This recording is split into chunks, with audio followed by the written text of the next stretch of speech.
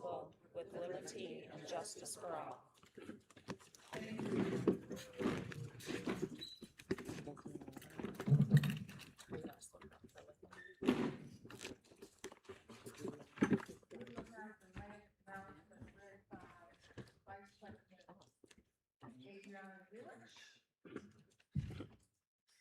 evening. The Buffalo City School District respectfully acknowledges the Haudenosaunee Confederacy, on whose ancestral territory our schools were built. We honor and pay tribute to the indigenous ancestors of the land we use. We acknowledge the historic intergenerational traumas they have endured and offer hope and opportunities for healing and reconciliation as we go forward together. One key Haudenosaunee principle is to live in peace and harmony with each other and the natural world.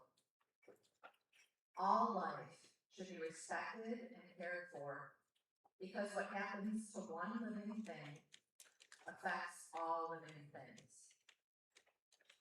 We are grateful for the abundant natural resources in this land of the Haudenosaunee people, and for all who work to protect these resources. We acknowledge the Haudenosaunee people as the past, present, and future caretakers of this land and water, and we are grateful for the opportunity to live, work, and educate our children on this ancestral land. Thank you. We will have our guardrail for Board of Education read by Board Calder by Judas. Board of Education Resolution Guardrails for the Board, introduced by Honorable Dr. Kathy Brown, Vice President of Executive Affairs, honoring Sydney McGetkin. No, thank you. North District member and honorary Teresa Sheeta, Park District member. Co-sponsored by honorary Sharon Selson Kaufman, President, honorary Lawrence Scott, Vice President of Student Achievement, honorary Sarah Bird, member at large, honorary Jennifer Raposi, West District member, honorary Dr. Anna Vera, member at large, and honorary Colin Jones, Central District member. As the Buffalo Board of Education has committed to becoming a board focused on improving student outcomes, we recognize that our adult behaviors must change to uphold this commitment. As we have given to superintendent specific guardrails that protect the values of our community, we understand the need to establish guardrails for our behavior as a board. The board shall operate within the board's role as defined in board policy number 1110, 1310, and the board's current operating procedures, specifically as defined in board policy number 1311 and 6110. The board, either collectively or through the actions of individual board members, shall guardrail 1 shall not invest less than 50% of its minutes each month into monitoring student outcome goals. Guardrail 2 shall not perform or appear to perform any responsibilities delegated to the superintendent. Guardrail 3 shall not violate any board adopted policy or procedure. Guardrail 4 shall not behave in a manner that would violate the student code of conduct. Thank you. The board held an executive session to discuss: 1, proposed settlement of pending litigation, more at P&G for AMW versus City of Buffalo, et al., with New York State Supreme Court instance number 8018/2024. Number 2, matters related to pending litigation, Copper versus Buffalo City School District, with New York State Supreme Court instance number 802/595/2021. Number 3, matters related to the employment, discipline, dismissal, or removal of specific individuals. And 4, for the purpose of receiving legal advice. No official action was taken. At this time, there are 4 recognitions. Thank you, Madam President. It gives me great pleasure to celebrate our students. Tonight, we're going to celebrate some of our student athletes. We all know we have talents in our district. Last month, we had a great opportunity to see some of them here. And tonight, we're going to finish up and be able to celebrate our athletes. So, without further ado, Aubrey Lloyd, can you come forward, please? And I'm going to ask the board president to join me right here so we'll be able to celebrate our athletes.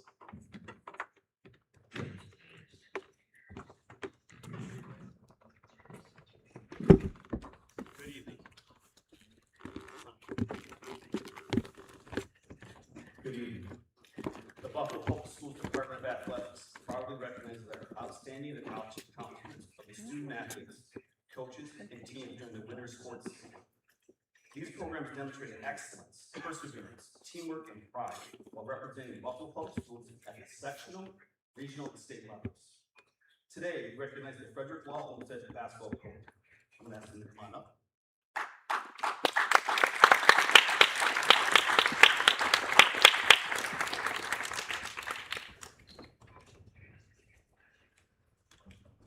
The Olmsted boys basketball team had an incredible postseason run, capturing the Class B sectional championship with a 58-45 victory over Tapestry Charter School. The team continued its success in regional play by defeating Bishop Kearney in the Far West Regionals with a score of 65-56. Next, they beat Windsor in the regional championship with an outstanding score of 48-24. Olmsted advanced to the New York State Public High School Athletic Association Class B state championship game, ultimately finishing as the New York State Class B runner-up after competing against Marcellus. This remarkable season showcased this team's resilience, discipline, and commitment to excellence. Please put your hands together for Coach Andrew Bush and his seniors all on the table to start the play and the way out of the Good job, Coach.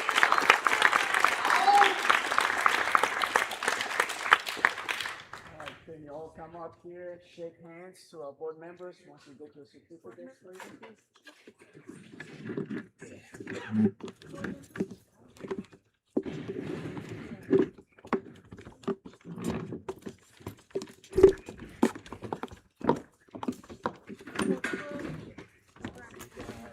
Congratulations.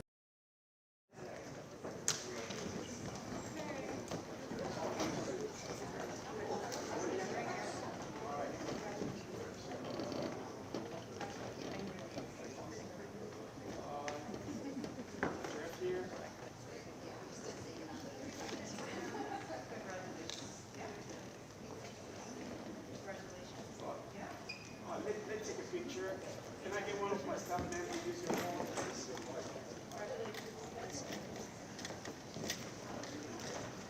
Thank you. There we go. Board president.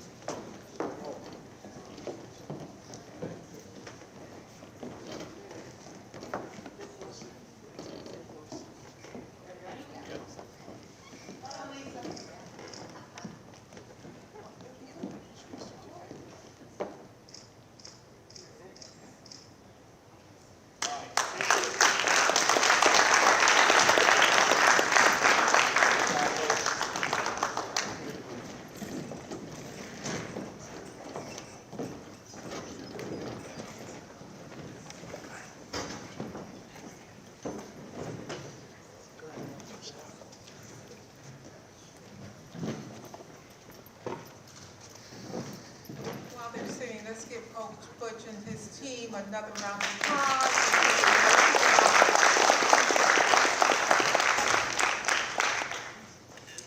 So at this time, the board welcomes speakers who have signed up to speak at tonight's meeting. Please be reminded that all speakers' remarks must be limited to 3 minutes or less. We ask that speakers be mindful that this is a business meeting, open to the public, and televised locally. Attendees and viewers include persons from throughout Western New York, including children. The board asks that speakers conduct themselves professionally and that their comments remain civil and courteous, bearing in mind that they will be heard by people of all ages. If you have printed information to share with us, please do not approach the board table. Provide your information to the district clerk, who will make sure we receive it. This is an opportunity for Buffalo's residents to address the Board of Education about issues that serve the public interest and district mission. And the board asks that speakers demonstrate appropriate decorum. Good evening. Our first speaker tonight is Sharon Belton Cotman, President Emeritus. Point of order. Y'all can clap.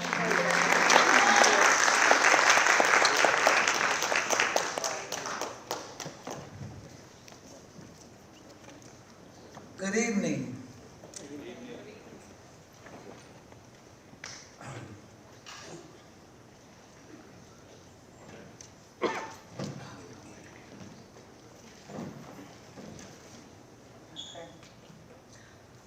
I love BPS. I am BPS strong. I currently am working with like-minded individuals who only want to improve the educational experience for our urban students. We are very concerned. I am here to say that the shenanigans must stop. And if they do not, we will be back, and we will be back in numbers. We can no longer sit back and watch established procedures backed by policies, regulations, rules, and laws disregarded and exploited. It is time out for sworn elected officials to conduct themselves properly. Excuse me, it is time out for sworn elected officials to conduct themselves properly. The rules apply to the entire board. There is a higher standard for the members of the executive board. The members of the executive board's responsibility is to maintain decorum, keep information confidential, private, and share at the appropriate time. The policy does not say that board members without 5 votes can call a special meeting and go to the press and disclose confidential emails and privy information. One would think that members that who are steeped in law would know better. Instead, once again, the Chicken Little Brigade mentality prevailed, and an unnecessary, unwarranted media spectacular was created, the prelude to a potential modern-day media lynching. These actions are causing the public confidence in the integrity of the governance board and the administration to be diminished and undermined. It is in your regulation 6110. I know I wrote it. These board members are disgruntled because they do not have enough votes to be president or vice president. Shame on you 3. The community is watching. Their actions fall under the breach of confidentiality guidelines, which resulted in the removal of a board member in 2017. Inquiring minds want to know, what is the board going to do about it? A recent vote pirated by a board member who has significant historical ties to a local community center structured an unprecedented deal to only have the students denied the promised resources, and he did not recuse himself and voted.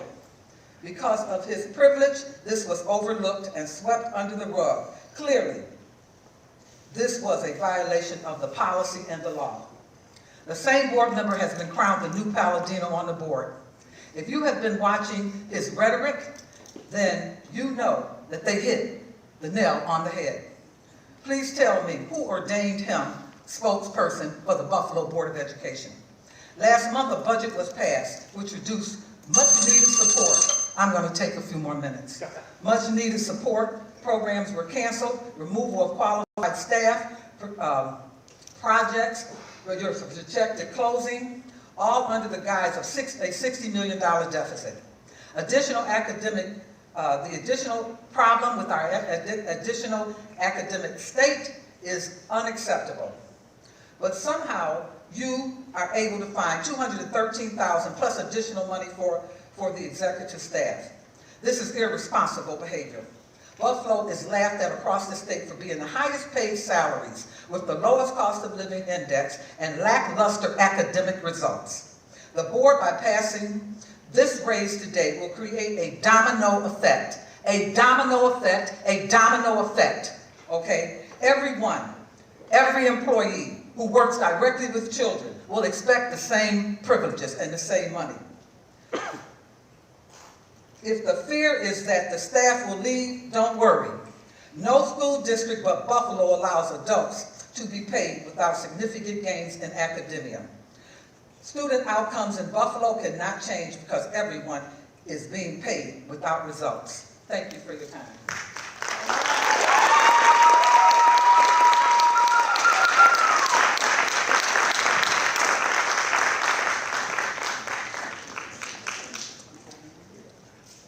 The second speaker is Rich Nigro, the president of the Buffalo Teachers Federation, please.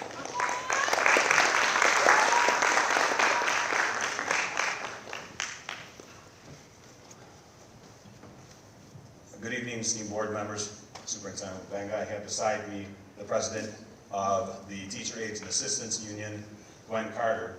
The Assistants Union is BEST. I have to say I've been in this district now, a teacher in the district for 25 years before stepping into this role, so 30 years in Buffalo. And I love the city, I love what I do, I love the kids, I love this work. But I struggle to understand a recent proposal that's before the board right now, specifically relating to a shift in building leadership, to the point, shifts in principles.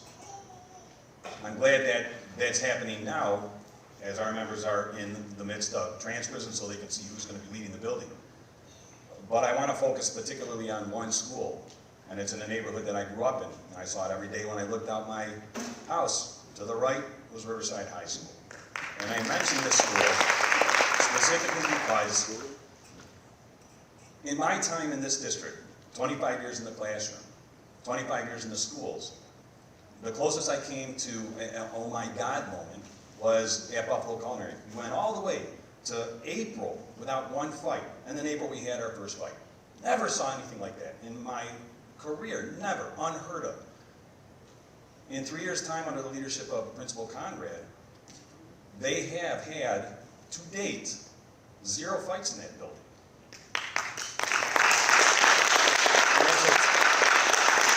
It's a testament to the leadership of that principal.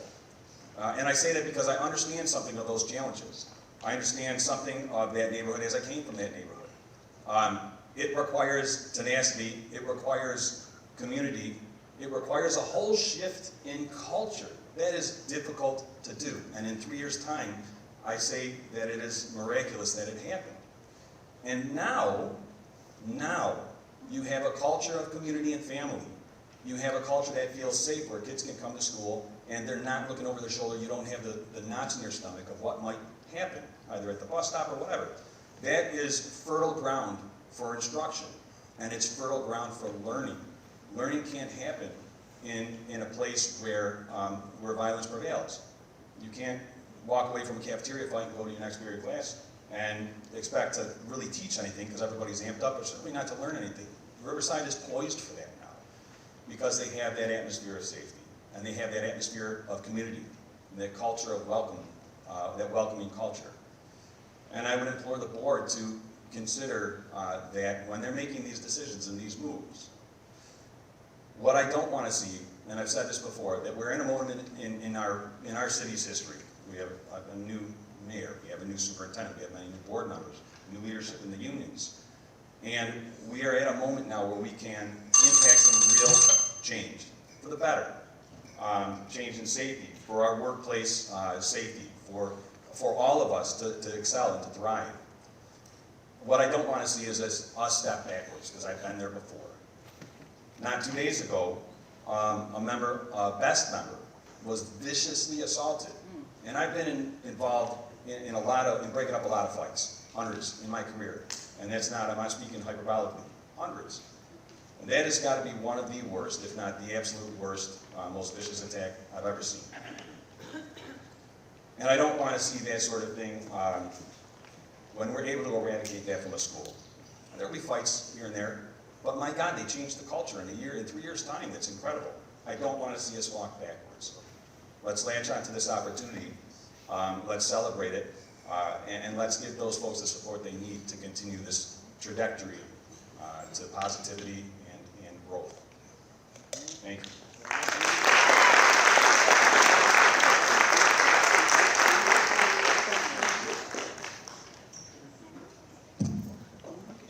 Margaret Ely, parent regarding screen time. Oh, I'm sorry. Margaret, can you give me one moment? It is Carmelo Griffin, a student, regarding Say Yes Summer Transportation. Hi, Carmelo. Hi, Carmelo. Good evening. BPS. Good evening. Take your time. I love BPS, and I'm here to talk about Say Yes Transportation. I'll try to see if we can support the community. They need help for like buses, because I feel bad for the kids that don't have transportation. I don't have transportation to and from camp. NCAO and Buffalo PAL. They try to see they need help for transportation, and I'm trying to see can y'all help our camp. It's a good community. We can make a good community and support it and help.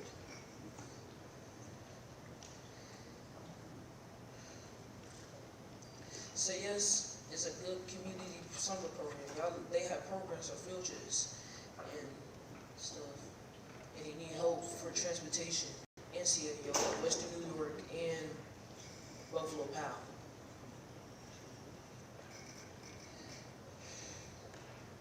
Try to see can transportation happen this year or next year. And then I have a next question about CLI, MBK, and MSK. Try to see can the summer bridge program be 6 weeks, like or it could be 2 weeks in August, from August 18th to August 28th. And field trips could be to Darien Lake and stuff. So you want the summer program to be 2 weeks longer? Is that what you said? Yes. Okay. And try to see can Say Yes have transportation this year or next year. Because I don't have transportation don't have no ways for me to get there. Do y'all provide school buses transportation or bus pass transportation? And I'm talking SCOI,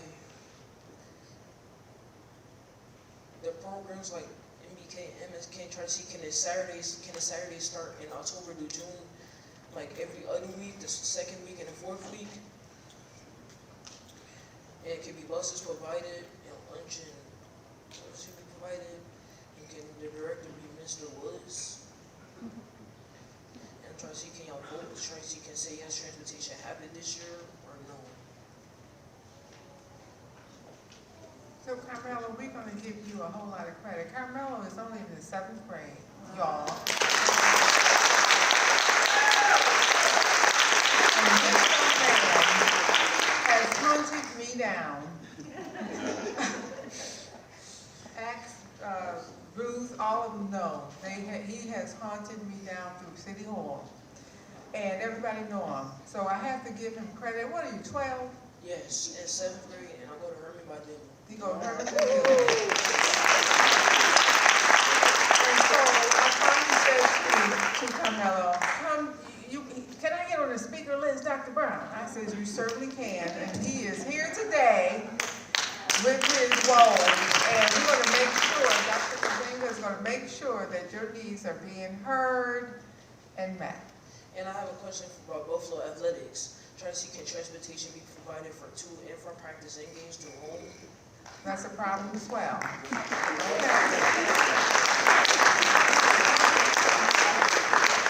What sport, Carmelo? Basketball, soccer, football, flag football. So all of them. All right now. So we got all your needs. Remember somebody's making notes? And I really appreciate you. I applaud you. I can't wait to see what's going to happen. You're only 12 and you're doing all of this, right?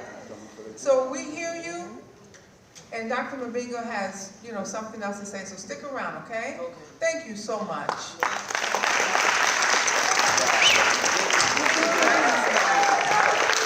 Hey, Carmelo, I got that football application for you too, my guy.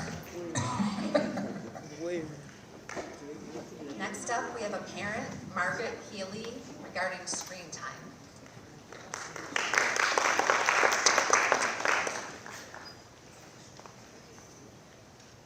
Good evening. My name is Meg Healy. I'm the parent of a kindergartner at 64, and I'm a proud Buffalo Public Schools alum. I'm here tonight representing more than 160 Buffalo Public School parents who have joined a new advocacy group called Schools Beyond Screens. We are deeply concerned about the cumulative amount of screen time our children are receiving during the school day, and we believe it's time for BPS to adopt a comprehensive screen time policy. Children today spend hours on screens outside of school. Research shows that children from low-income households spend on average 2 more hours per day on screens than their wealthier peers. The true digital divide today is not access to technology. It's access to screen-free time, face-to-face conversation, hands-on learning, imaginative play, real human connection. I first began questioning screen use in the classroom when my daughter came home from kindergarten singing a song she learned at school, and ended it by saying in her best influencer voice, "If you like this video, hit subscribe." I remember thinking, that's odd. As I paid closer attention, I realized my 5-year-old was regularly receiving more than 2 to 3 hours of screen time during the school day alone, through YouTube videos, iPad apps, television programs, and movies. That's more than the APA and Surgeon General recommend for the entire day. Moments of downtime and transition that once might have been spent reading, drawing, playing games, or simply interacting with classmates are increasingly filled by screens. My family's experience is not unique. Within our group, parent after parent has shared stories. There's a 6th grader who spends class time playing games on his school-issued device. There's a 3rd grader failing math because she can't complete virtual exit tickets on time despite doing fine with pencil and paper. There's the 9th grader spending lunch glued to a school device instead of connecting with friends. There's the kindergartner who barely watches television at home but comes home talking about all the cool shows he watches at school. There's also growing concerns about health. My own daughter is one of many children facing vision challenges at a time when pediatric eye specialists are reporting sharp increases in screen-related vision problems. The issue extends beyond individual stories. Across the country, excessive screen use has been linked to lower academic performance, reduced attention and retention, worsening mental health, and vision concerns. Buffalo's children are not immune to these effects. Schools Beyond Screens Buffalo was formed because parents want an education that's hands-on, evidence-based, healthy, and developmentally appropriate. We are not opposed to technology. We're asking for balance, clear standards, and common sense limits. In the coming weeks, we'll submit a petition and policy recommendations to the board and Dr. Mubanga. We urge this district to make meaningful changes before the next school year and to ensure that technology serves learning, not the other way around. Thank you for your consideration.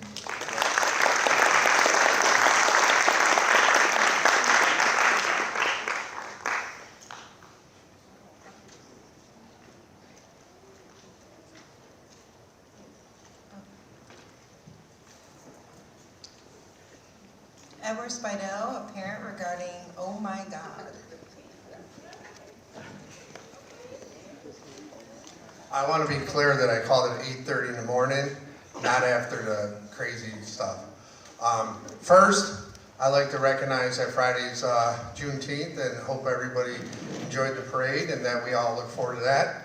And the fathers in the house, I'd like to recognize Sunday's Father's Day, so congratulations to you, well deserved, well earned, get your 2 hours and enjoy it. Eric, thank you for getting $125,000 turned into $2.5 million for Southside. South Buffalo really appreciates that. All right, now to the stuff that's serious. So, we didn't close schools, we're short on money. We have AOD, we have that problem in Buffalo. We didn't get the agreement for the commissary for the public good agreement. We cut CLRI, we cut the Native American department, we cut the athletic department. I was illegally terminated by a cabinet member when the policy clearly says that the district is support role. When it comes to the Pell, the principal owns the right whether you should be their Pell or not. League Council doesn't return emails to parents when they have concerns, and you want us to sit up here and think that we should give a 3% raise to the cabinet members when we have so many other problems? I've been there through thick and thin. I've helped some of you on the board and past board members with family members. I've been there. But I can't sit here and stand and listen to this anymore. Like, you guys gotta learn to work together and do what's best for the people who voted for you. Not what's best for your careers, not what's best for the superintendent, what's best, what the citizens want. If the superintendent wants more money because he's having trouble finding talent, then pay the new people the new money and agree to that. You guys have that power. Secondly, I do agree that we shouldn't be moving principals around, but I don't agree that the principal of Riverside is perfect. I believe that she over-suspends and she shouldn't be trying to send kids out on long-term suspensions. We should be more considerate. There's a little secret in Buffalo we forget. The code of conduct was written by the district, and the district can't even follow their old code of conduct. And to be fair to the principal of Riverside, she's not the only one that struggles with the code of conduct and the length of suspensions, and I hope she can say it Riverside because that's what she wants to do, that's why she's here. But we're going to be closing schools and laying people off, and we're going to give one group a raise. Don't you think the other unions are going to want a raise? Thank you.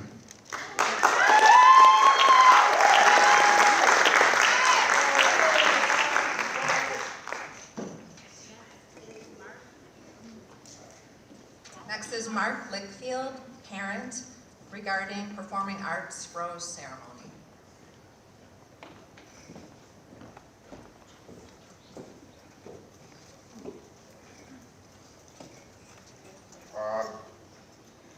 I stand before this board today a disgruntled father.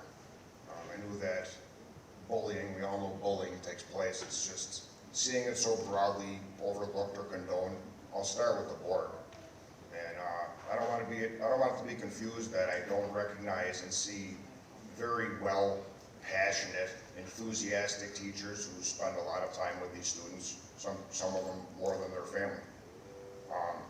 Ironically, in this very room yesterday, we attended the flower ceremony, rose ceremony for my daughter, who's been at this school, passionately performing her art for 6 years. Every other art that was mentioned, every other art that every student is in, the teachers came up here and they showed that passion to every parent and family member that was here for their child. We took off of work to come here and watch our child cross the stage while the pathetic representative for their dance group failed to recognize 90% of the kids.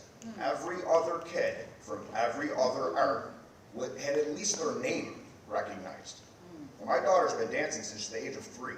Luckily, this year she graduated from here. Now, I still have 2 other students in this system.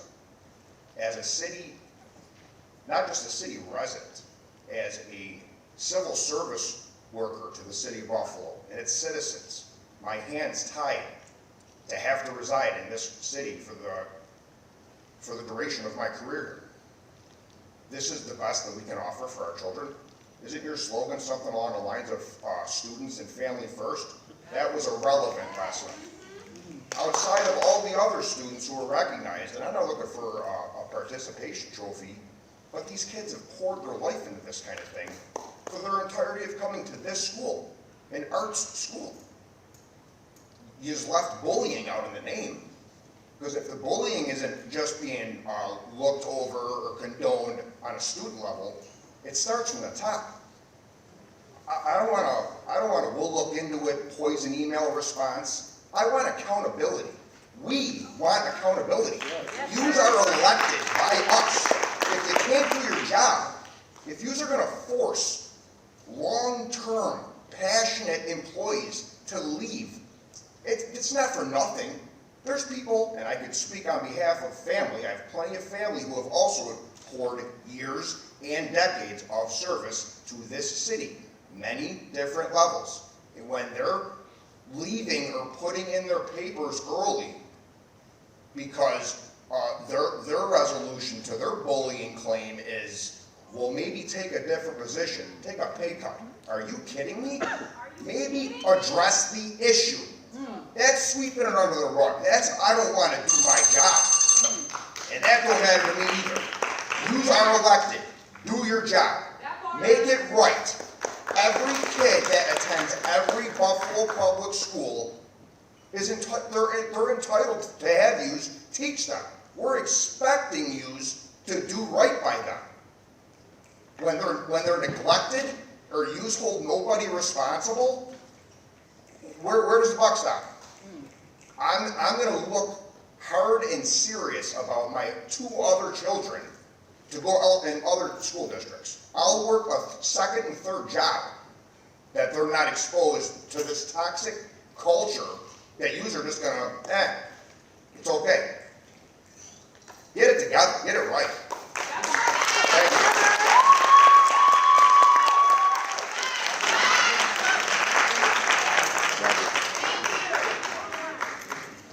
Next speaker is Melina Fisher, a parent, regarding farewell.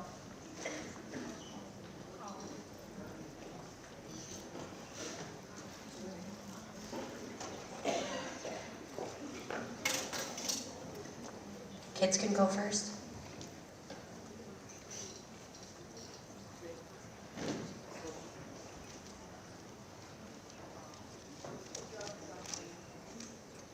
Good evening. I'm here to say my last goodbye. My few years with this school district has been good. My teachers always supported me. My favorite teacher, Miss Williams, saw the help I needed and tried to help me in those things. I liked the events that BPS did, such as flag football and modified baseball. But my one struggle was the constant changes in teachers. One of my hardest things was to remain challenged in the school, because if you don't get into City Honors or Homestead, there is no advanced coursework until 7th grade. It almost makes me cry when I see my mom break down in tears, fighting for my big brothers. She should not have to fight for their education. I hope this district makes the changes they need, so other families like mine don't have to leave. I will miss Sharon, Ed, and Danielle, but they will always remain a part of my family. So with my heavy heart, I say my last goodbye.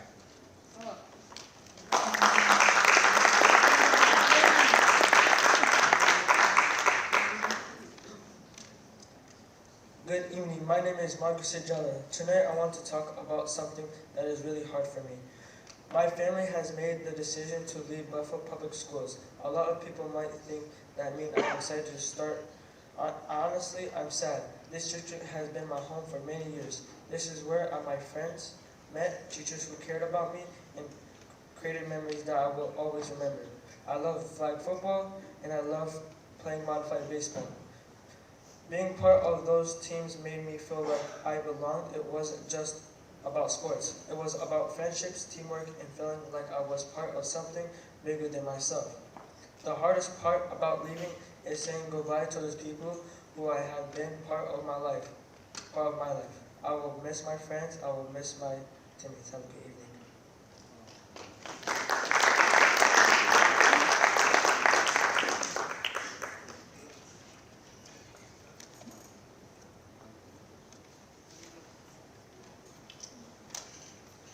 Hello, my name is Antonio Jella, and I'm going to talk about my up and downs during the school year. My ups is where I have met my teacher, Mr. Herberger and Ms. Grimm, making the school year fun. Mr. Herberger had helped me through my mistakes and during my school year to succeed with my grades. Ms. Grimm had made my school year be way much funner and happier than last year. Also, I love the flag football program and the chance to play at the Bill Stadium, and I loved the chance to play modified baseball program. And one of our baseball games, we won 22-2 at Oakell. This was a fun program that the BPS has made. Thank you. My downs is when I was at Houghton, there in 5th grade, and a kid told me to kill myself, and I have seen black and brown kids get punished harder than the white. I had a 5th grade teacher that had put all the black and brown kids at the back of the classroom and the white kids in the front. But I will take with me are the people who changed my life forever. I love you, Sharon Bell Cotman, Ed Spidell, and Danielle. As all of you become our family, I will always remember the delicious food at DPCC, and I will always have a special place in my heart for those who had helped my family fight for our right to an education, but slightly, we cannot fight anymore. So with this, I say goodbye.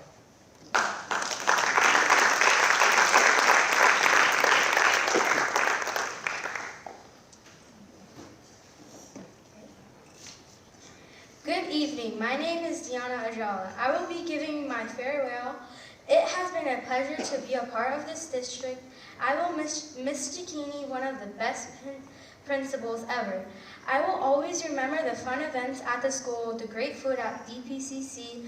I am proud of my mom and her work with special education students, but I can't watch my mom fight anymore. She deserves peace. This district has fought families instead of helping them. I hope this changes. I will miss my friends and the family we have built. Thank you, and with this, I will say goodbye.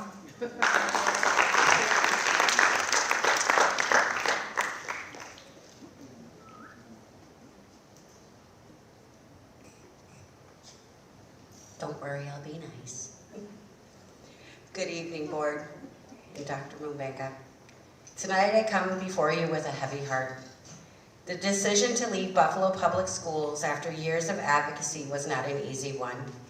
The district has been a part of my family's life for years. I have given my time, my energy, my expertise, and most importantly, my heart to this community because I believed our children deserved better. I believed change was possible. But after years of fighting, I'm tired.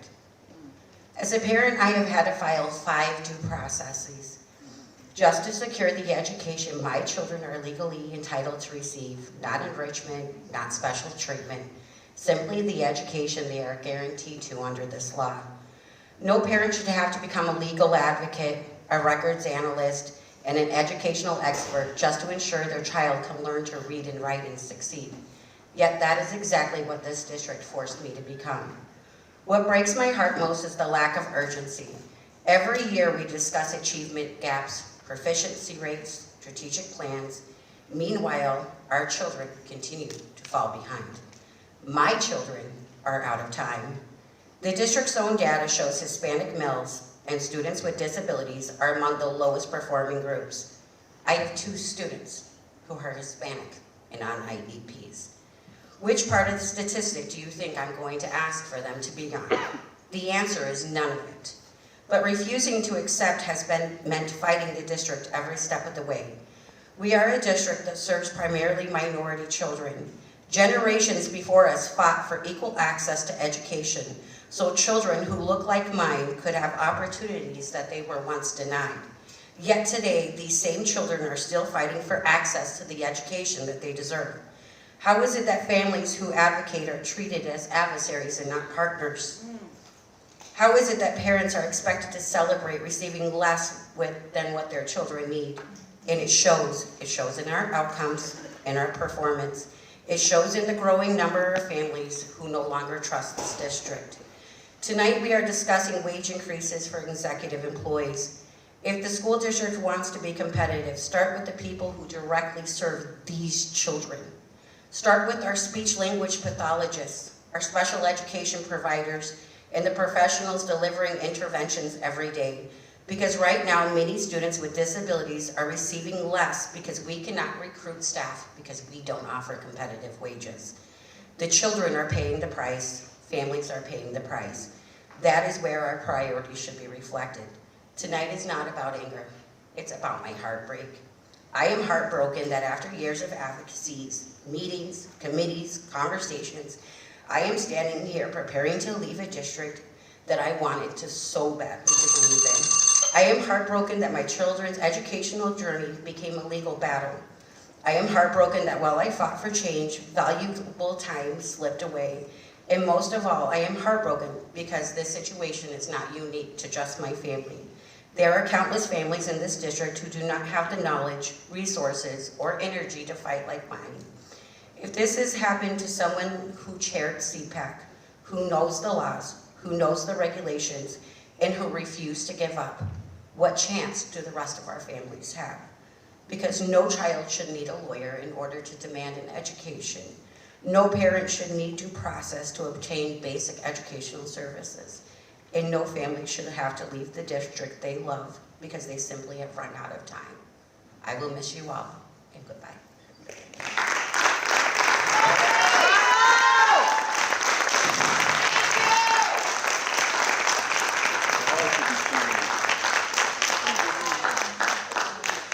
Next, we have a student, Najaline Jones, regarding Principal Maria Conrad at Riverside High School. She's not able to come. Then we have Jayana Session, a student, regarding Principal Maria Conrad. Okay, third time's a charm. Emmanuel Rodriguez, a student regarding Principal Maria Conrad at Riverside High School.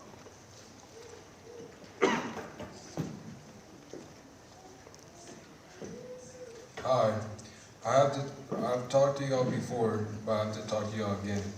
Because I understand what Ms. Carlson means to me and all of Riverside. Dr. Mbenga and Buffalo Board of Education, why can't we keep our principal? Ms. Conrad is Principal of the Year.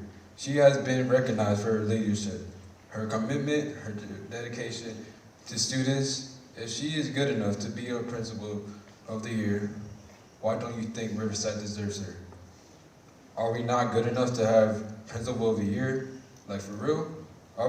Why does Riverside keep getting new principals? I mean, she has been here for 3 years, but I thought when you become a principal, you stay in school until you're old. And Ms. Conrad is old, but like not super old. Ms. Conrad fights for us every single day. She fights for opportunities for us. She fights for programs for us. She fights for our future. I call her my mom because she makes me feel we have breakfast, snacks, and always ensures kids get their lunch. Even when we're not hungry, she makes us take fruit or drink our milk. By the way, we need more chocolate milk. So yeah, Miss Conrad is pretty great. She is our grade. She is Riverside's grade. Even as the kids that get yelled at, they will tell you she is great. And you know what? She is like really smart. Like really smart. She knows everything about all of us, even when she doesn't even know. And she has this look, that kind of look, that she knows that she doesn't hope. Yeah, she knows everything about us and pretty much about everything else.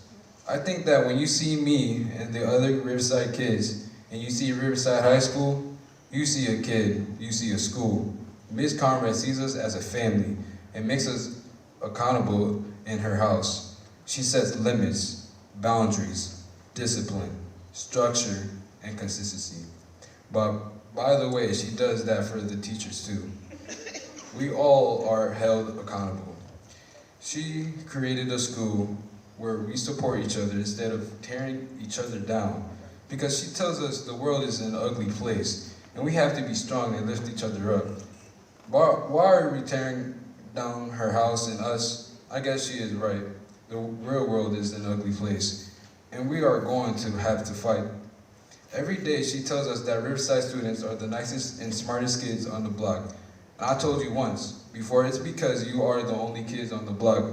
But honestly, after hearing that enough times, sometimes amazing things happen. We have started to believe it, and guess what?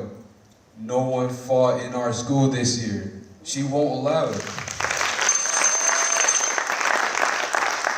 Students who felt invisible are starting to feel seen. She has us doing school plays, speaking to board members. I mean, look at me. I'm here again. Plus, I'm doing sports. I'm doing clubs. I do a lot. And even my grades are starting to go up. It's a lot. Students who, wait, hold on. It wasn't always like this at Riverside because you know there has been a lot of principals and a lot of APs. I mean, Miss Conrad is great. Obviously, you know that you work with her. And you saw that she got a principal of the year. I am sure a lot of schools would like her, but they need to find their own principal because she's ours at Riverside. I said what I said, so now I have a question for Dr. Mbanga and the Board of Education. If Ms. Conrad believes in us so much and wants nothing but the best of us, then why don't you? Why don't you believe in Riverside enough to let us keep the principal who has changed our school and behavior and who we are? Do we do something wrong? I mean, whatever it is, we will change if she can stay. I promise you, I will do whatever I have to. She's like my mom. Please don't take away the one person who has changed the whole community. She has a lot of plans for the schools and for me. Listen, I am a work in progress. I need all the help I can get. Do you know how you are making us feel? She doesn't have our crap. She needs discipline. We need to do better. We aren't the best yet. You may just see another transfer. We see a lot of loss of a leader, a mom, a nurse, a doctor, a social worker, a protector, a priest, and everything else she does during the day for every single one of us. I'm asking you to hear me. I'm asking you to listen. I want everyone to know, the news, the community, the state. If you can't fix this decision, who can? Who else can I talk to? Because now I'm just getting mad. Sorry, Miss Conrad, I'm trying to keep it in, but this is unfair and not right. Can you all just look at me right now? I'm asking you, as a kid at Riverside, as one of your students in Buffalo Public Schools, and let Riverside keep Miss Conrad. She is more than a principal. She's our champion, she's our leader. She is our mom, she is our family, she's Riverside.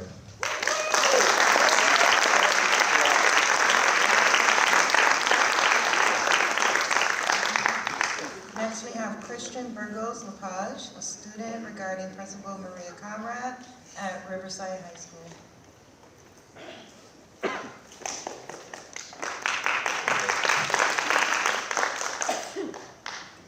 Good evening. I'm here tonight because I want you guys to hear the voices of not just me, but the students who walk through our school doors every day. When I first found out that my principal, Ms. Conrad, might be leaving, the first thing I asked her was, am I not going to see her face every day next year? By the way, I'm going to be a senior next year. I kind of need Ms. Conrad around.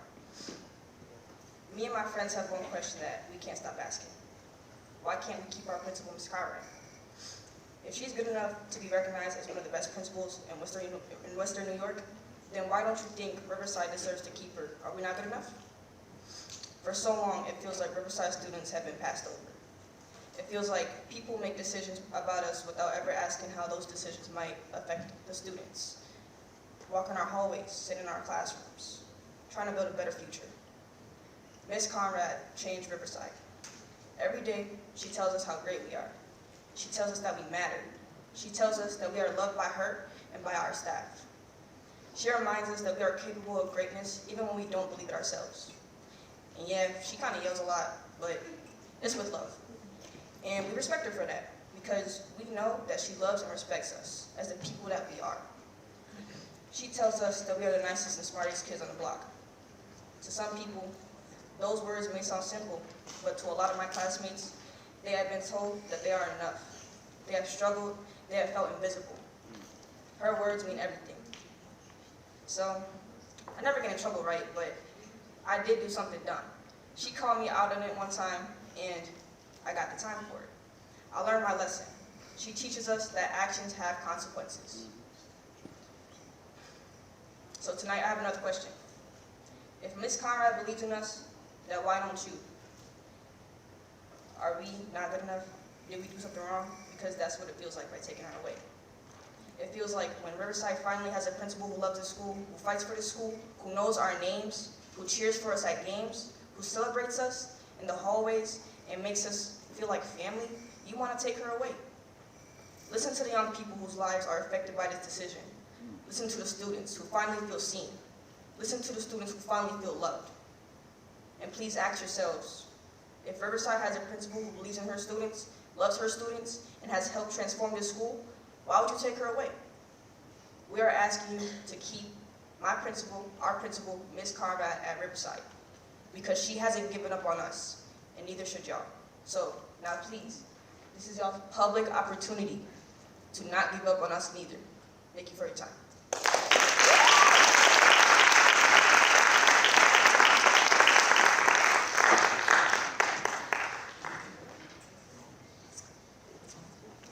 Lanesha Hayes, a student, regarding Principal Maria Conrad at Riverside High School.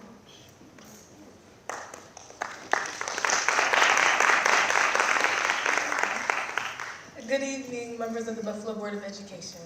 My name is Lanesha, a senior and almost graduate at Riverside Academy High School.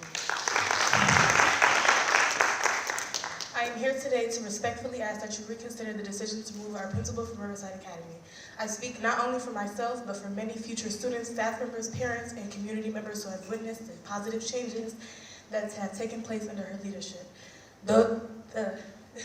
Those later students deserve to have a principal that serves discipline, love, support, recognition, and academic greatness.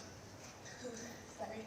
When our principal came to Riverside, she brought more than just experience and leadership. She brought hope, structure, accountability, and a vision for what our school could become.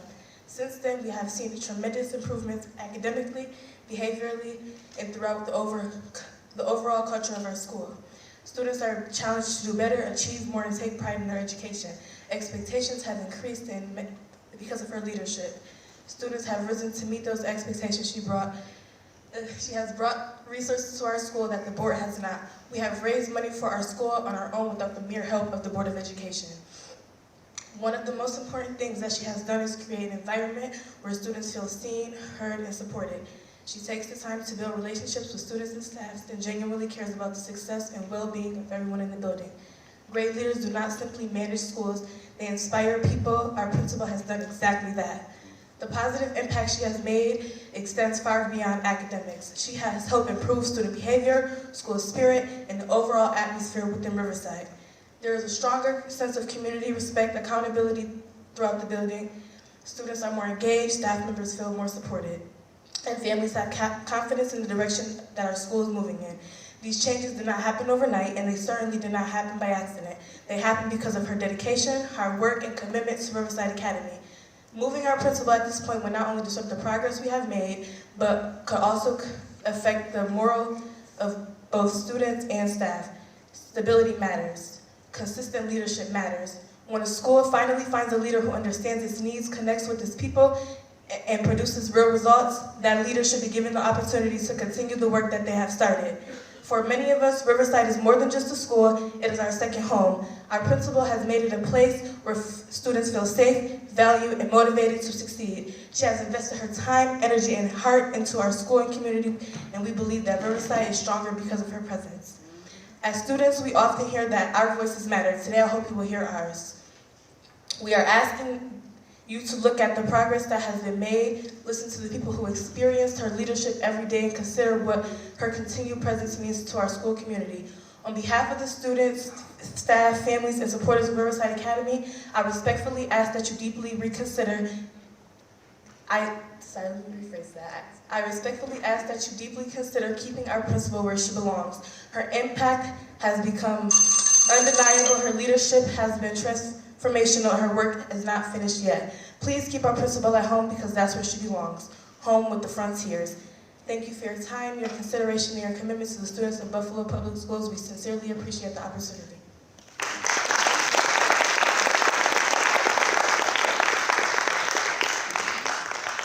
Sebastian Bowman, a teacher, regarding Neopad being discontinued.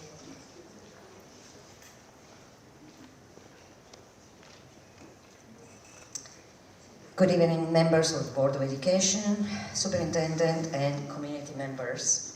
Thank you for giving me the opportunity to express my disappointment and concern regarding the decision to discontinue Neopad in the upcoming school years due to budget cuts.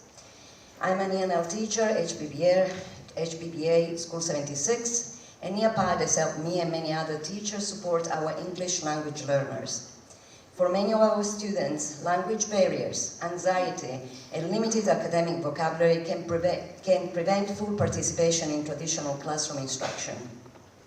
Through many interactive activities, NEPAD allows nearly every student to participate.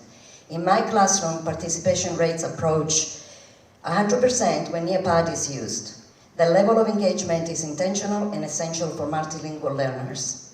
Also, NEPAD has allowed me to scaffold lessons using visuals, audio support, translation, chunk text, and student-paced activities all in one platform. And this aligns directly with best practices for ENL instruction. Finally, I can see in real time which students understand the material and which need additional support, since NEPAD provides immediate formative data. But most of all, tonight, I want to highlight the significant teacher labor behind the NEPAD lessons. Teachers invest countless hours creating interactive, standard-aligned, linguistically scaffolded lessons tailored specifically to students. This lesson represents years of professional expertise, refinement, and collaboration. And when instructional programs are discontinued, their work is often lost.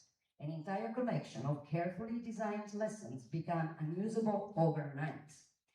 This is not only an inefficient use of resources, it communicates to educators that their professional labor is replaceable and temporary.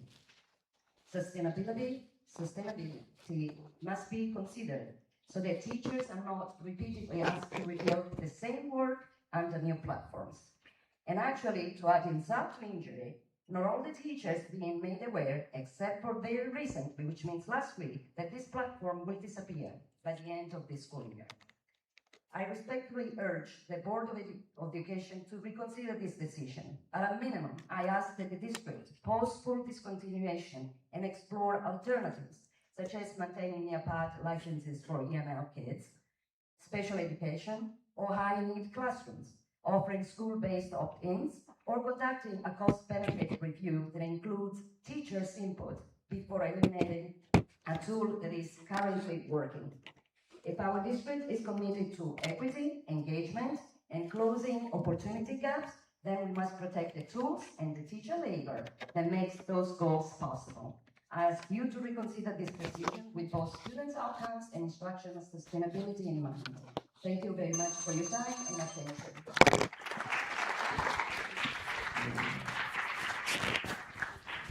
Next up is Mark Bruno, a teacher, regarding Principal Maria Conrad at Riverside High School.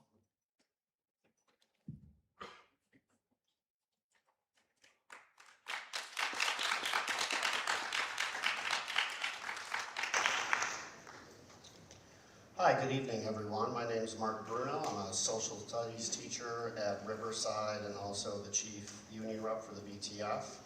I've worked at the school pretty much my whole adult life for 25 years. So I've kind of seen what's worked and what hasn't worked there. Dr. Mubanga, I want to thank you so much for your visits to Riverside, especially on decision day, where you didn't roll in with the posse, you came by yourself and sat in the middle of the students. I thought you were a kid for a second, but it was really nice to have you there, and it's kind of a big deal if you don't know when the superintendent comes. So thank you for being there, and thank you to the board members for all the love you have all showed for Riverside and support. It's greatly appreciated. Buffalo Public Schools operates under the core mission, putting children and families first to ensure high academic achievement for all. The number one priority of any school district should be to create a stable learning environment that is both safe and conducive to learning. Sadly, historically, the polar opposite has been done at Riverside by the BPS. A student stabs someone at another school, send them to Riverside. There was a shooting and stabbing at McKinley High School. Stabilize McKinley by destabilizing Riverside. I could go on, and those actions were taken by adults in charge of this district for years.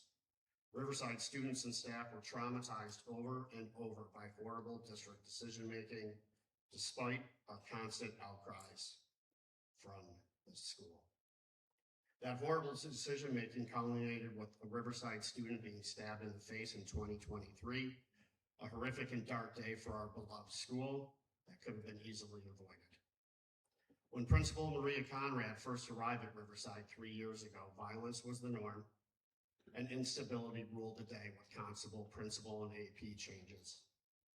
Shelter-in-place orders were seemingly never-ending, multiple 911 calls a day. I could go on and on. Her first year was by no means a smooth one. 3 years later, however, as been already stated, we are the only BPS school in the entire district to not have a physical altercation between two students inside the school, the only one. The school turnaround at Riverside was a team effort. Teachers, support staff, security guards, our administrative team, and most importantly, our beloved Riverside students and parents all helped to initiate what we call the Riverside Renaissance. And we should all celebrate the Riverside Renaissance, all of us. Instead, we are here tonight because the Riverside Renaissance can be destroyed with one simple move. Once again, moving our principal to another school. That would make 5 principals at Riverside in 8 years. On what planet is that okay in a school? My question is simply why? Why would we take that chance? Dr. Mbanga, you've been nothing but kind to me since the first day I met you. You are a true gentleman. I firmly believe if you knew all the facts, you would reconsider the move, and I hope you and I can meet together one-on-one in the next few days. The magical year at Riverside happened on your watch. You own it just as we all do now, the board as well. I'm more than certain that all of you do not want to destroy what we all worked so hard to create. With that said, I ask you to reconsider your decision to move Principal Conrad to IPREP. I'll leave you with a quote from the Greek philosopher Aristotle. Changing your mind is not a sign of weakness, but an indicator of high intelligence, rationality, and true wisdom.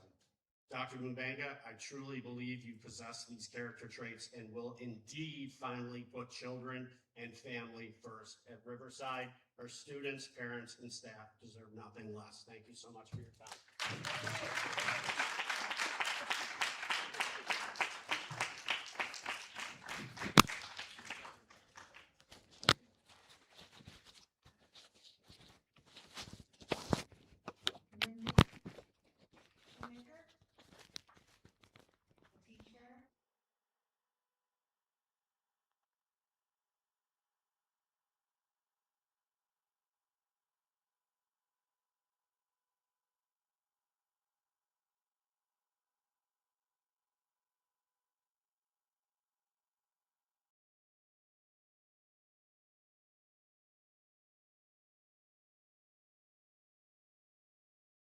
Finishing my 8th year at Riverside.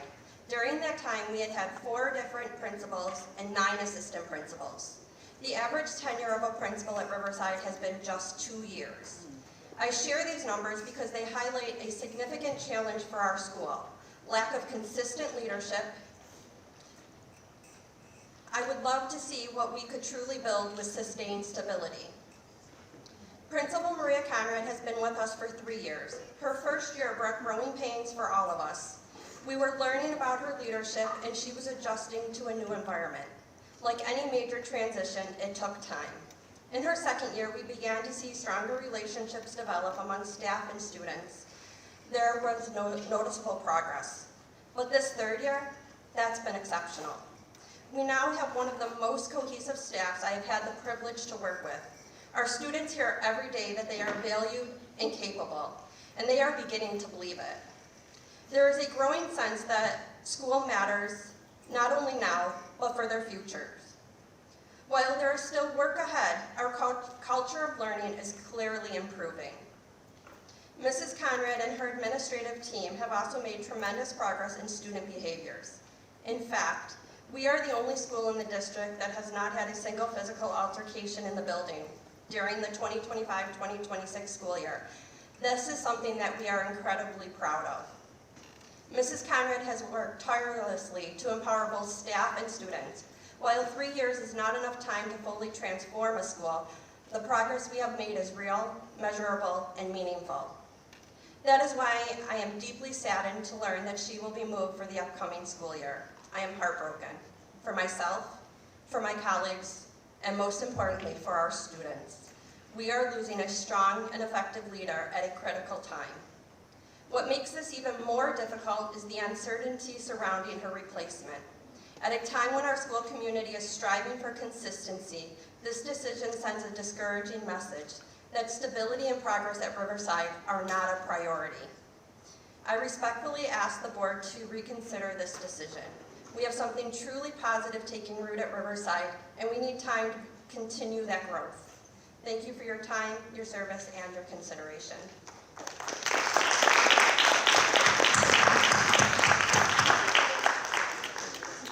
Next, we'll have Molly Johnson, please, a teacher, regarding Principal Maria Conrad at Riverside High School.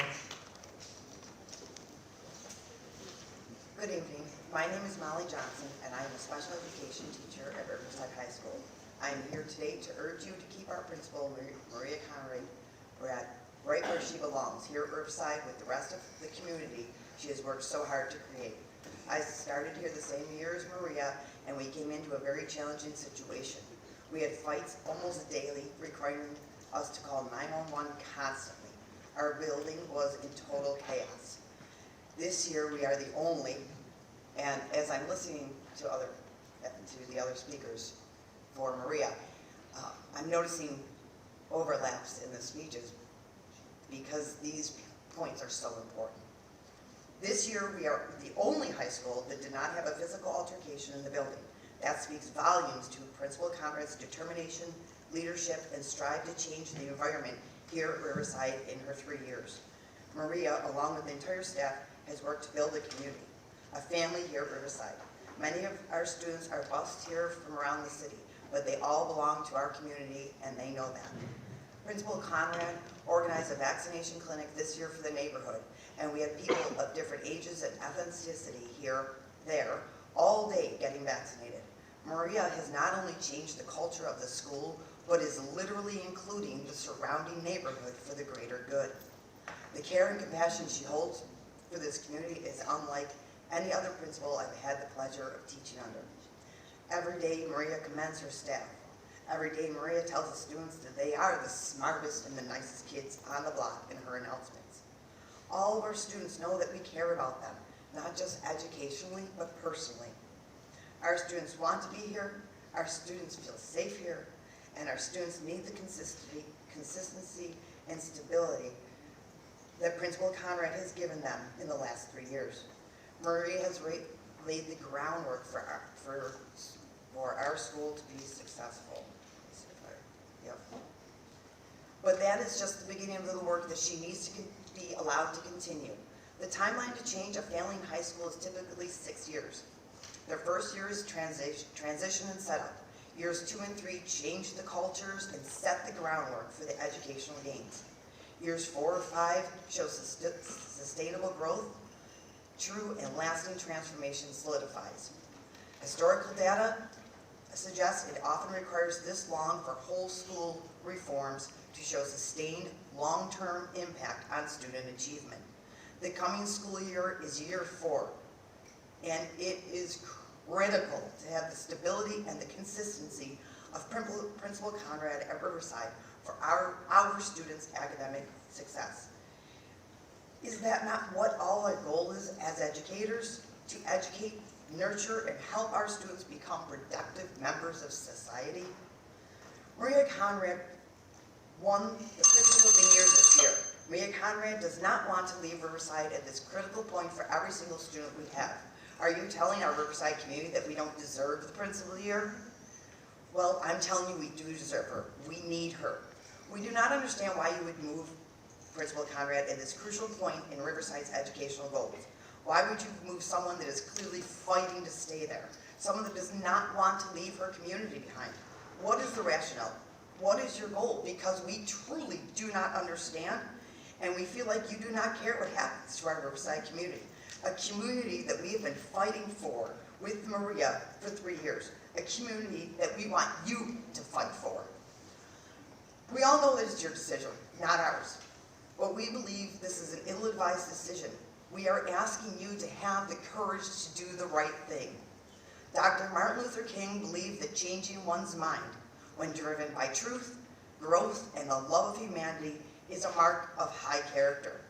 He taught that remaining stubbornly attached to certain ideas or decisions stifles progress, and that a truly open mind must be willing to evolve for the greater good. Thank you.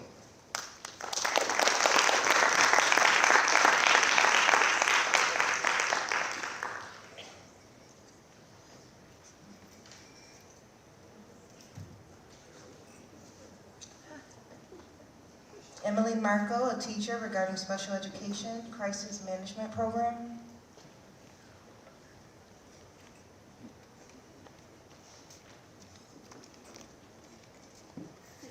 Good evening, members of the board. I'm here tonight as a special education teacher and a representative of the Autism Advisory Committee. I'm asking for your support and approval for the RFP for crisis management training. Over the past 8 months, educators, administrators, district leaders, and parents have worked together to build a plan that moves us forward in supporting students with autism. A key part in that work is the new agency program at Hillary Park Elementary, which holds real promise for students with complex needs. But the success of this program depends on the staff being equipped with the skills, proactive, preventative, and responsive. The support that the students need to learn in a safe and meaningful way. We've seen that the BPS community can accomplish great things. Now we need your support to keep that momentum going. Thank you for your time and your consideration.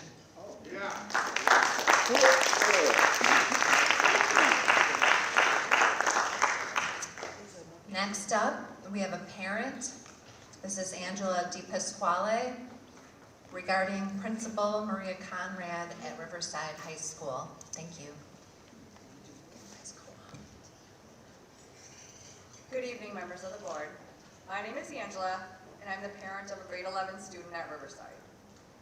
I am here tonight because I am concerned about this decision to move our principal, Maria Conrad, whom we have had for the last 3 years.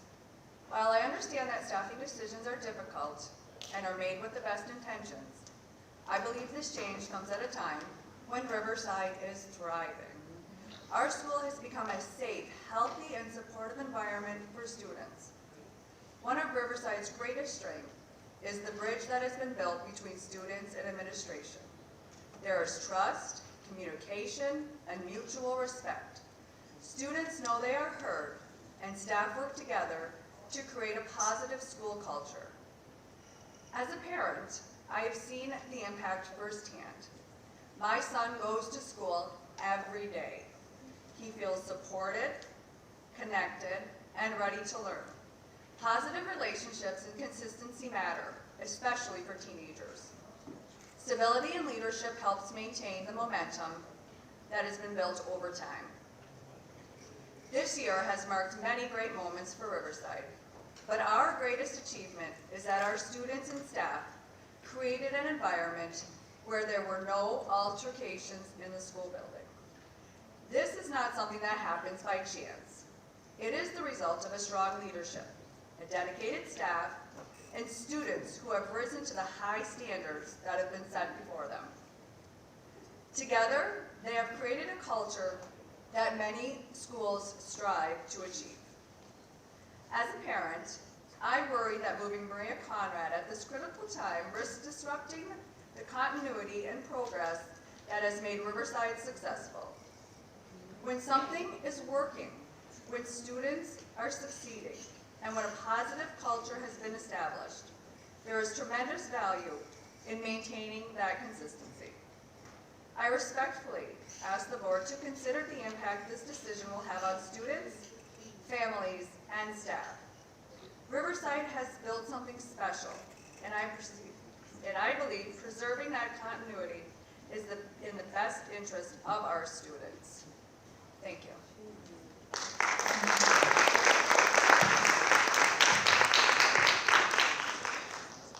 Letizia Conrad, retired administrator, regarding Principal Maria Conrad at Riverside High School.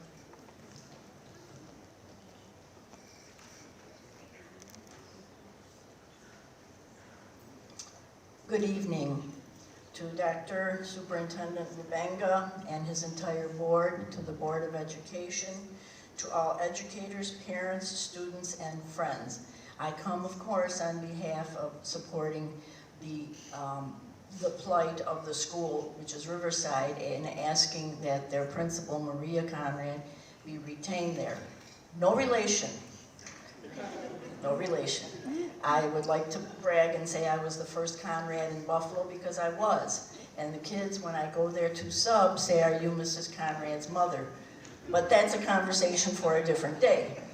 Nevertheless, I am not going to reiterate everything that everyone has said because you've heard it over and over again and it makes perfect sense. And I have to echo their sentiments. I sub over at Riverside.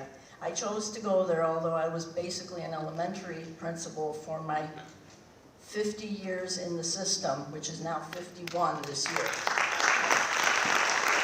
I have lived through 10 superintendents, many boards of education, many ebbs and flows in the system, some better than others. So I feel that I have a good handle on what I'm watching, and what I've seen at Riverside under the leadership of Mrs. Conrad is something worth keeping. Now, mind you, I feel that Riverside is a diamond in the rough, and she is one of their gems. And we all know when something is good, everybody wants it. Okay, I don't know anything about the school she's being transferred to. I've never been there. But if your purpose in transferring her would be to bring her talents and better that school, I get it. But you're going to be hurting the students, the staff, the community, and the principal. And that's something that you really should take very, very serious note of. After all, we're here for the students, and we're here for the staff, and we're here for the community, but primarily we're here for the students. And we have to be very serious about that because they're our future leaders. No one knows that better than I. I'm not 12 years old, and it frightens me to think that these children, if they're not well educated and have good self-esteem and are raised properly, are what's going to happen, okay? Ask yourselves that question. We all know the answer. Maria Conrad should, in my estimation, be allowed to remain in that school because both research and history has proven that you can't turn a school around in 3 years. She's halfway there, but it's 5 years that usually does it. So please consider this very, very carefully. I thank you.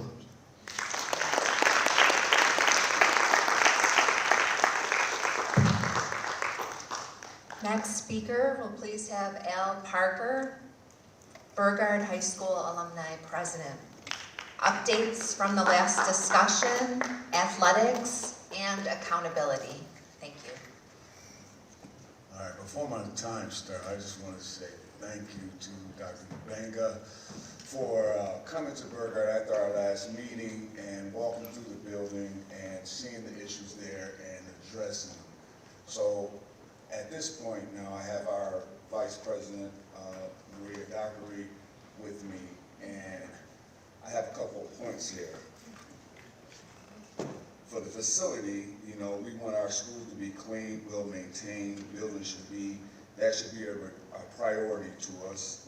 Investments in maintenance and, you know, should be directly improving the learning environment for students and staff. Operations decisions should be focused on efficiency and accountability.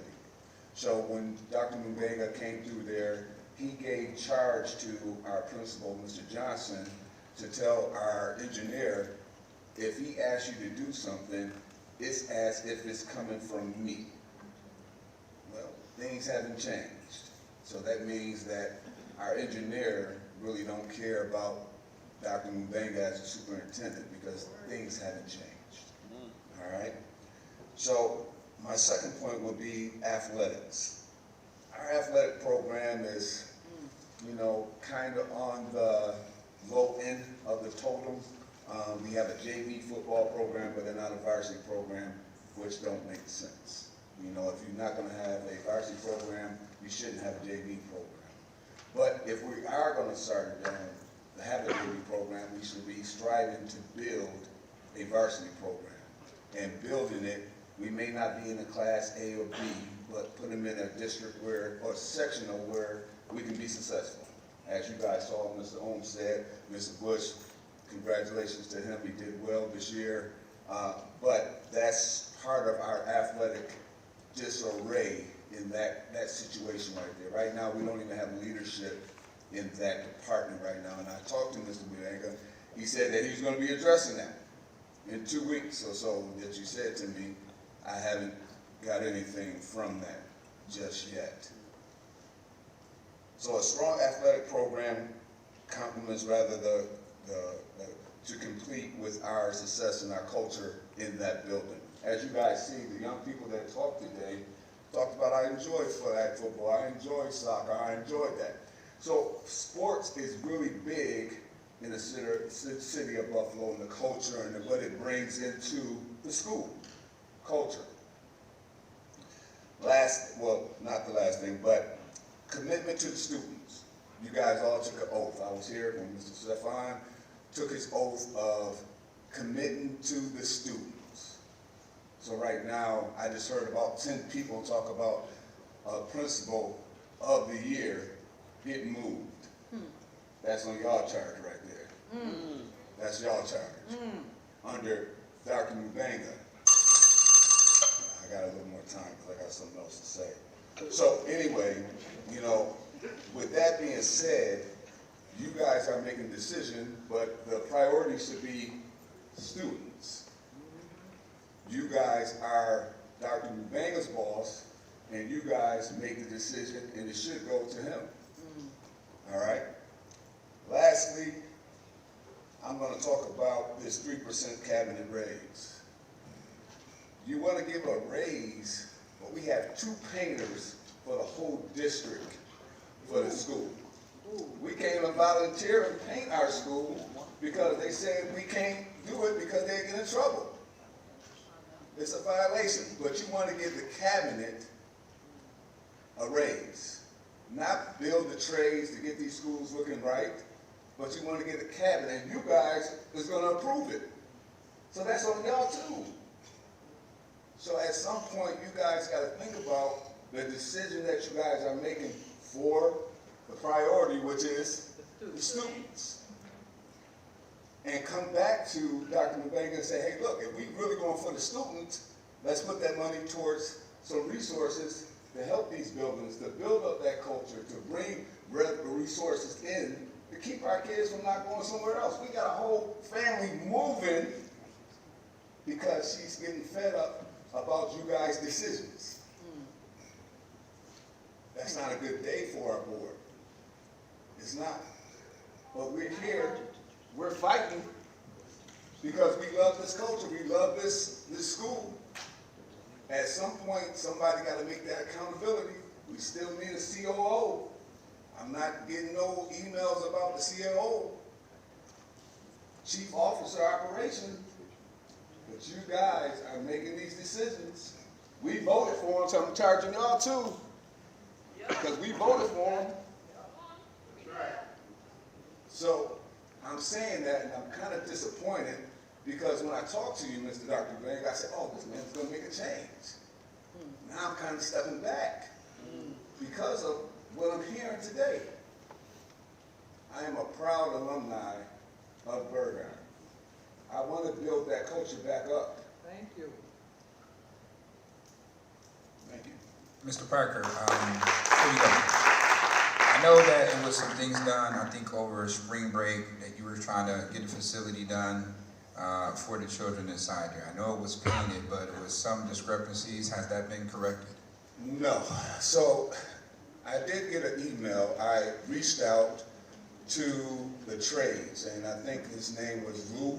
I don't know his last name, but he was assistant superintendent of the plants. He sent out an email saying, I don't care who approved what, nothing is going to get done until the summer.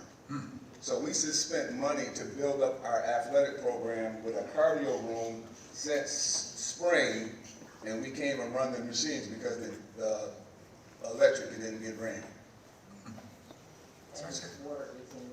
And I mean, like I said, the engineer still hasn't done what he's supposed to do. So I don't know where the accountability falls, but it comes back to Dr. Mubanga. But then it comes back to you guys, because you guys, the governing body. Thank you for your time. Thank you.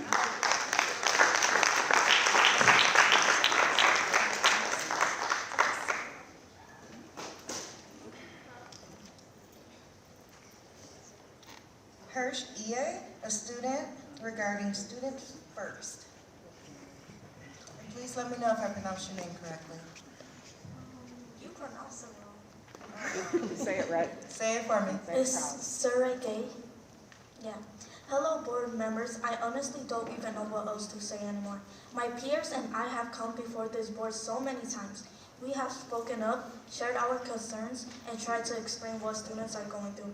But every time we leave, it feels like nothing changes. That is a really hard feeling for students who are trying so hard to be heard. We keep coming back because we care. We care about our school, our safety, and our future. But it is discouraging when it feels like our words don't matter or are not taken seriously. At this point, it is not just about the issues anymore. It is about feeling ignored after trying so many times. When our concerns are ignored and nothing changes, it leaves us feeling hopeless and wondering if our voice truly matters. Buffalo Public Schools' own data shows fewer students feel in control of their future, valued, or hopeful about what's ahead. That's hard to hear, and it hurts because it reflects what many of us are already feeling. Like we are slowly losing hope that things will ever change. We are not asking for perfection. We are asking to be seen, to be heard, and to feel like our voices actually matter.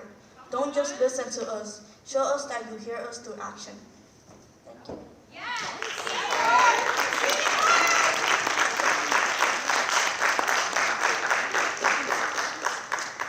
Next up, we have Danielle Grismala, a parent, regarding Students First. Hello, everyone. Good evening. So I come today. This is my last board meeting as an actual parent in the district. My son is graduating. That doesn't have one with, so don't get used to not seeing me. I'm here just because, for lots of reasons, right? Students first. We need to start listening to our students. Saray just broke my heart. We have so many kids in this district that are feeling hopeless. We are not doing enough for them. We're not centering their voice. And we have good people leaving our district. We have to do something. This is a critical alert. We're losing a phenomenal parent advocate who has changed lives in this district and helped people stay in this district with her work. And she's leaving because she can't get the education she needs for her children. And it breaks my heart. I was lucky enough to have a child in a situation where he was good, he was fine. I came here for other children. I'm gonna stay here for other children. We need to do better by our children. We're losing so many children to charters, to privates. We need to keep our families here. It is not okay. This is our community.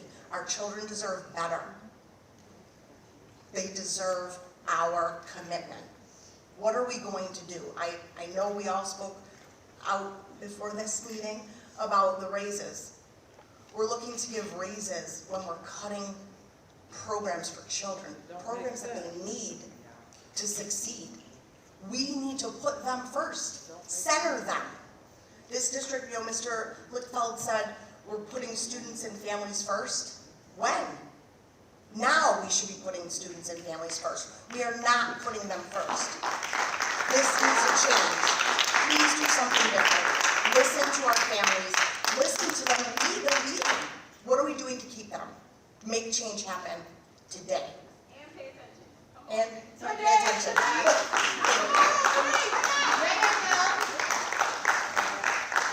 Jessica Walker, parent, Students First.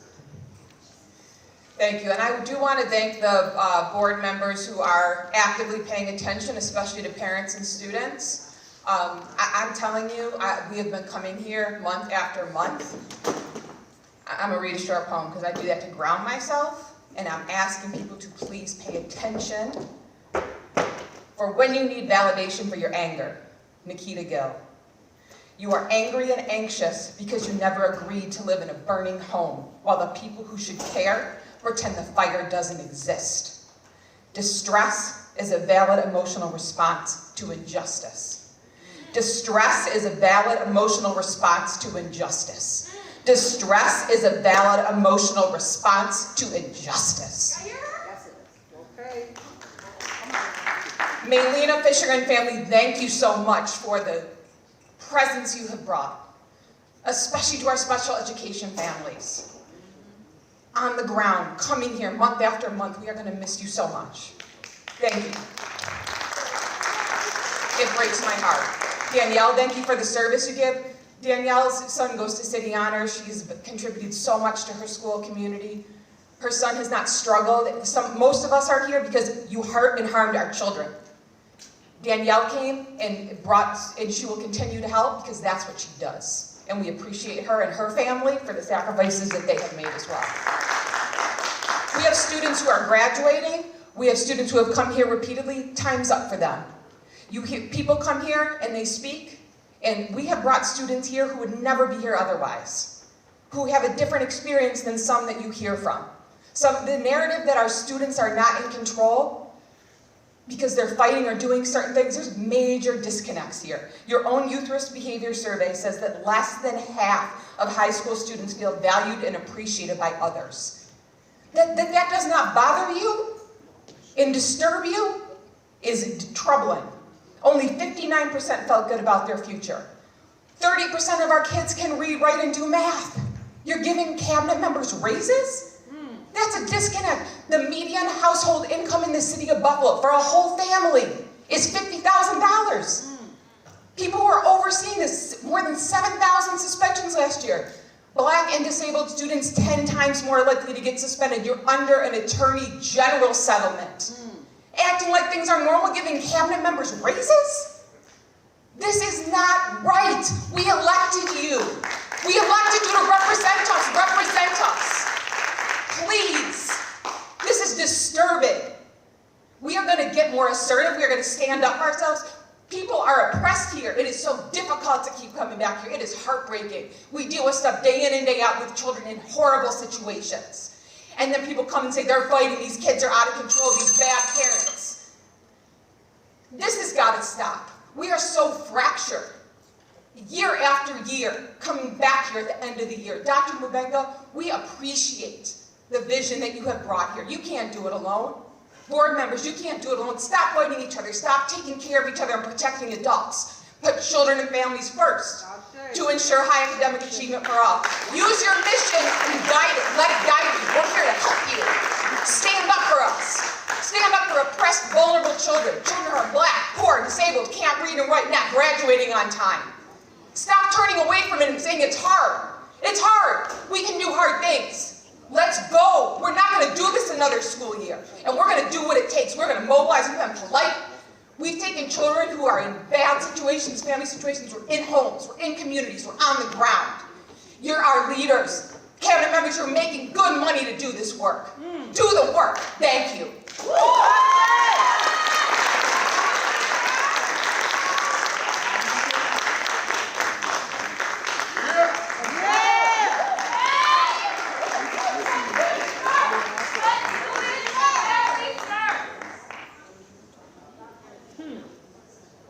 Thank you, all speakers.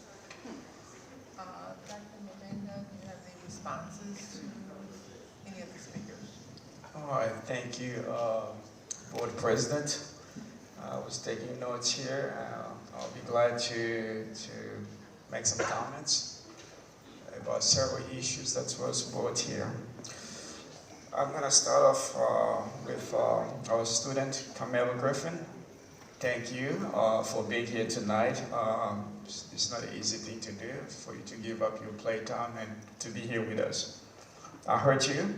Pretty much you stated that you would like transportation to be provided during the summer. Yes. And also for extracurricular activities, especially for athletics. So, well noted. That's something that I just wanted to acknowledge. But the reality may be a little bit different to be able to provide transportation after school due to the budget constraint. But I heard you, and that's a conversation that I would like to have with all the people in our offices. Thank you for being here tonight.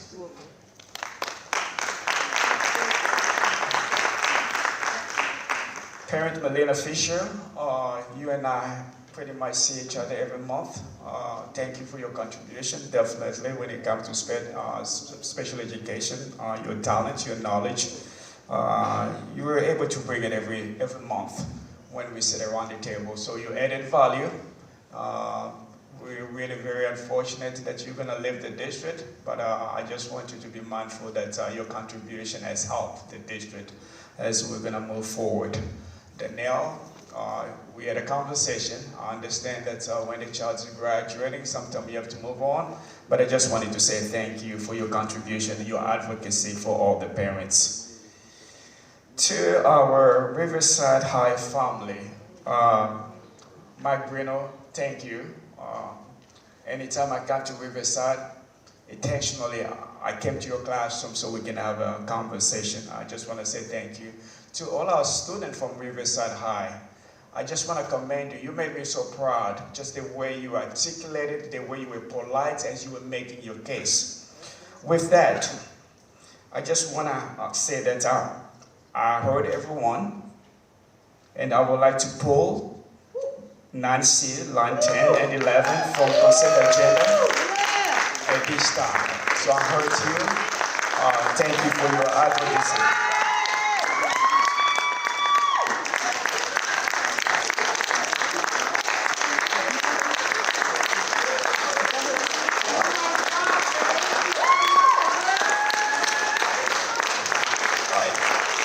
Let me say this. Principal Conrad and I had a conversation this week, and I was able to commend her all the reports that you gave out tonight. So proud about zero fight. That's amazing.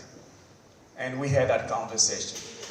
When a principal be called to be moved to another place, it was not a punishment, but I heard you. As I stated, we're going to pull that item for now. Thank you.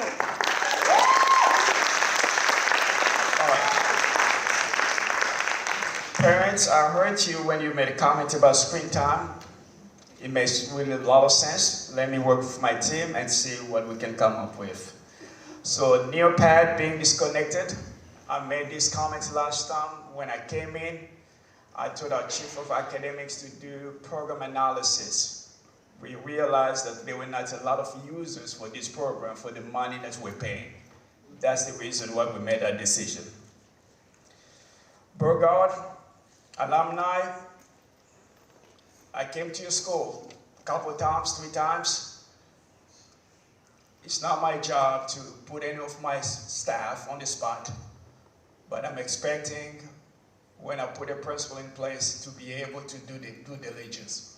When folks are not following orders, that's their responsibility. But I heard you, and I will follow through. When it comes to athletics, that's an area that I would just say I want to be really transparent.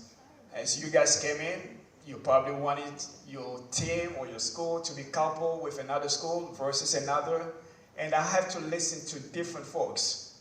As we're looking at the district, we're not just looking at Burgard, we're looking across this district. How can we make all the programs stronger?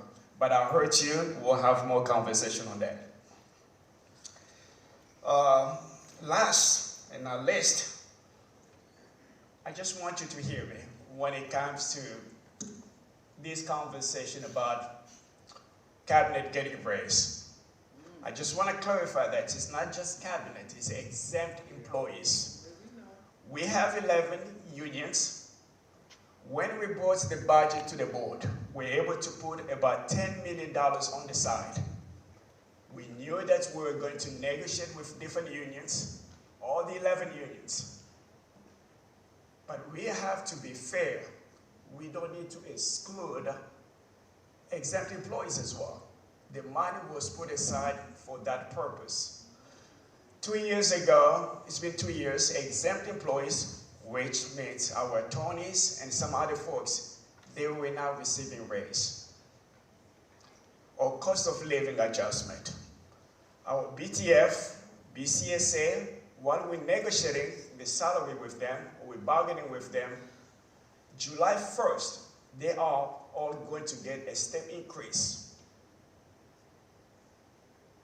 Once we finish negotiating with them, whatever decision we're going to come up with, we are going to pay them retro. That has been the practice. Why not exempt employees? I heard the timing may not be right. I'll say the timing was right because everything was budgeted for 11 unions, including the exempt. We may argue that cabinet people don't do much. I'll say this to Burgard folks. We are waiting for a CEO. It's a part of cabinet. We have a CFO balancing a budget of $1.4 billion. It's a part of cabinet. That's not a skill that any kind of person will be able to do. We have to be fair across the board. If we want to talk about student achievement, which I know really well, superintendent's number one, to be held accountable. We gotta hold teachers accountable as well. We gotta hold principals accountable. But if the rhetoric is we're gonna hold only cabinet accountable, not teachers, not principals, that's not fair. I just wanted to say that I was respectful when you spoke. I listened to you, and I commend our students for being really respectful. All I'm saying is, you go through different branch of government, folks are making adjustment with cost of living. The people in the cabinet, including the exempt employees, other exempt employees, they also deserve that fair treatment. That's all I'm going to say. It's going to be up to the board to vote. When we're losing attorneys, they're leaving us, they're going somewhere else, making $200,000. And while we're having cases that we have to defend, but if we think that those people do not deserve raise, I don't have more comments. But I want to be fair. I want to make sure the morale is really positive so that starting from cabinet all the way down, that's the work is going to be done. You're going to hold me accountable for student achievement at the end of the year. I've been here almost for a year, yes. But let me make sure that the morale of all our employees is good so that the work can be done. Thank you. Thank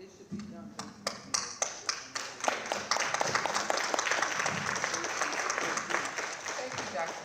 Mabenga. Can I get a motion to approve the board minutes from May 20th, 2026? McKetron? Scott. Second by Scott. Any opposed? Motion passes. Consent agenda. Can I get a motion to accept the consent agenda? McKetron and Everhart. We have this exception list. We will begin by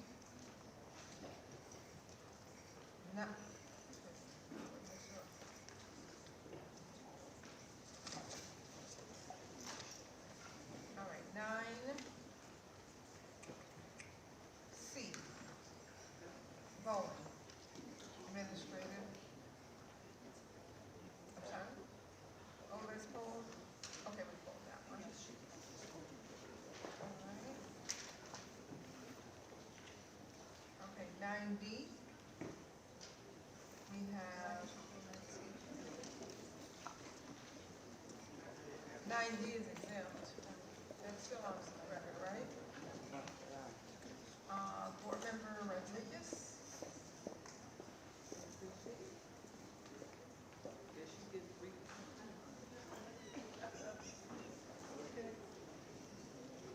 This is 9D exempt. It's supposed to say something? No. No? No. Absolutely, unequivocally not. What about right? You had a question?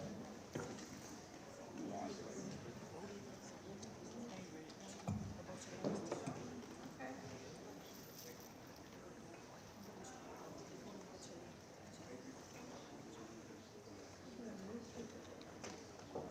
All right, so next we have,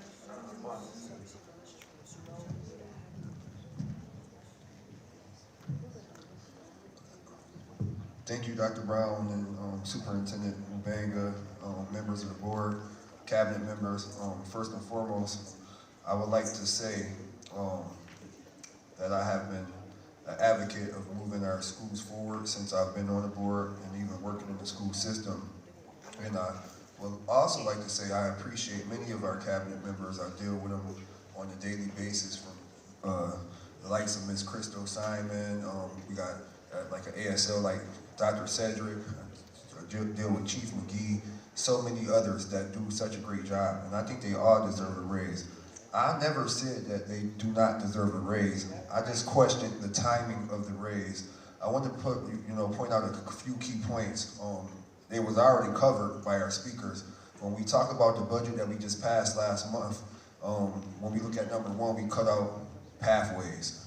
Number two, 35 general education classrooms was consolidated from 19 to 21 students. Number three, and I checked with Jimmy to make sure this might be correct.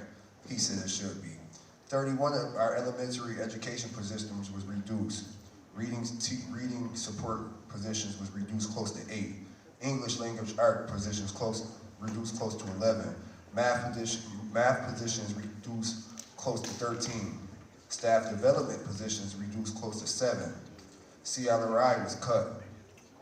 And our district is operating from over $60 million out of our reserves to balance the budget. With that being said, last month we did approve that budget that I didn't feel comfortable voting on, but I had to so we can move the district forward next year. My question to you, Dr. Mubanga, when you presented us that budget last month, did you know that you was going to come to us this month and then say that you want your cabinet and other exempt employees to receive a raise, and if so, why wasn't it included into the budget? Did you hear me, Dr. Mubanga? I asked you a question. I said, last month we approved a budget, and I asked you in the budget for last month, did you know that you were going to come to us this month and ask us to vote on your cabinet and exempt employees receiving a cost of living increase, and if so, why wasn't it included in the budget last month?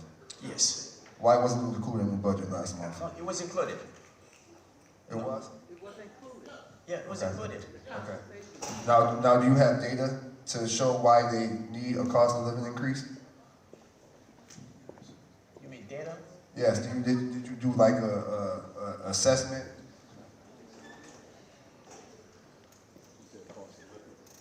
Yes.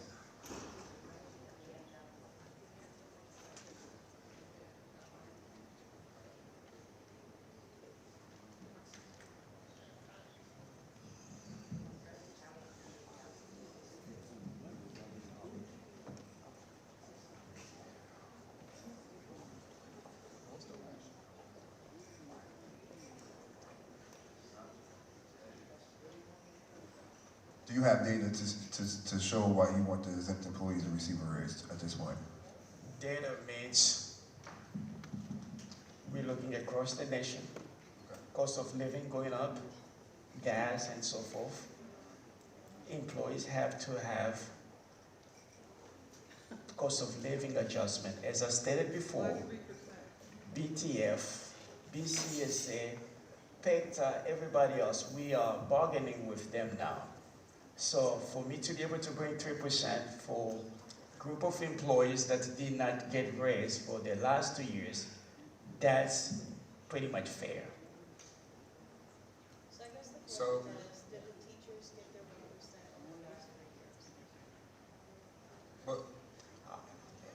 yeah, please, Jim, come up here.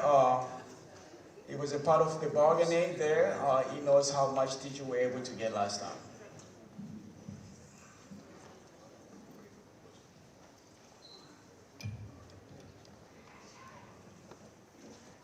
Good evening, everyone. I'm trying to provide clarity to some of your questions, but the data that's been thrown around, one doesn't have anything to do with the other, and/or it's all part of a huge pot, a 21,000 line, $1.4 billion budget. So let me try to now dig into your question.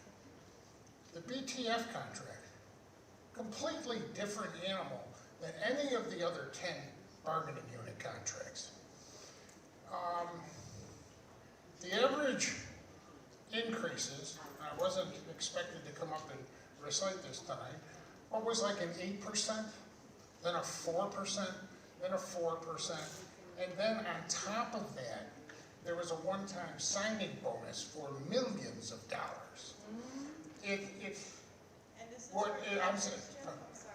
This is for teachers, right? Correct. So teachers over the last 3 years got an 8%, 4%, and then another 4% raise? Yeah, and I'll get you the exact numbers, but on top of that, they received a signing bonus. And then other factors that are built into a very significant contracts that are compensation toward them. We're very proud as a district to pay our teachers at or above any other district in Western New York. But to compare it to the 3% that's being asked for an exempt, it's like apples and oranges. Well, actually, it's the same thing, because I think what a lot of the anger about the raises is about is if the children are failing, or the schools are failing at 8%. I think a lot of the outrage about the raises is that if the schools are failing at 58%, well, how can you justify giving the cabinet a raise? But if the teachers are the ones engaging with the students directly, we are still giving teachers raises 8%, 1 year, 4%, 4%, whereas the cabinet is just getting 3% for the last 3 years, which is cost of living, which is also competitive. Now, what you don't know is we just hired a COO. The COO was not going to come here. He actually turned down a job because the position is not competitive. He looked around at the Big Five. It was not the same. Our cabin prices are just very, very low. So we are not getting good talent. We have talent. That is true. That is absolutely true. The COO just decided he wasn't coming here, and we gave him more money to come. The 8% was all because the contract had not been settled for 10 years. But what I am telling you is if teachers are the people who are engaging directly with the students. Tell it off, Jim. Tell it off. Your point is not well taken. Don't do that, Adriana. I don't need your backup. Don't do that. What did she say? Nothing, Miss Cotman. Miss Cotman, we good. You know what? We good, Miss Cotman. We good. What was that? Repeat yourself. Oh, you know what? Maybe we should put on, we should add to the speaker. Maybe we should add current charter school consultant besides President Emeritus.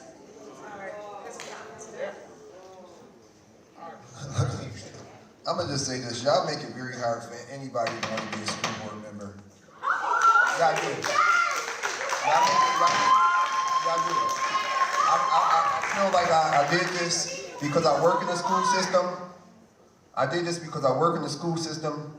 I did this because I have children going into the school system. I'm invested in this city, and I could be doing something else with my time. But we can't agree on nothing. That's number one. Number two, like I said before, I never said that the exempt employees do not deserve a raise. It's just the timing. It's always going to be bad timing, but we just approved a budget that cut so much out last month. And then expect the taxpayers to be okay with us giving people raises this month. I understand. I have no further comments because it doesn't make sense to talk. I just wanted to add in for the voices of the West Side. Our Indigenous community came here last board meeting and were very clear on what they required. My position as a West District board member is that increases will not come until the NARP program or the Indigenous Seneca Nation community feels as if their program is well-resourced, explicitly. And also for my constituents, if you see me talking, it's because I'm responding and processing what you're sharing, and I'm trying to adjust my colleagues in support of you all. I'm just talking to everyone to clarify as a freshman board member why I'm up here talking. Thank you so much. So we had 10 million in reserves, but we couldn't reserve a coordinator from NARP who passed away. We didn't even replace that position. So we had 10 million in reserve and we couldn't restore that position. But y'all had 10 million in reserves to do what we're doing right now. So what is the rush? Can I ask y'all making over 106 figures. So what is the rush to have that cost of living adjustment done right now?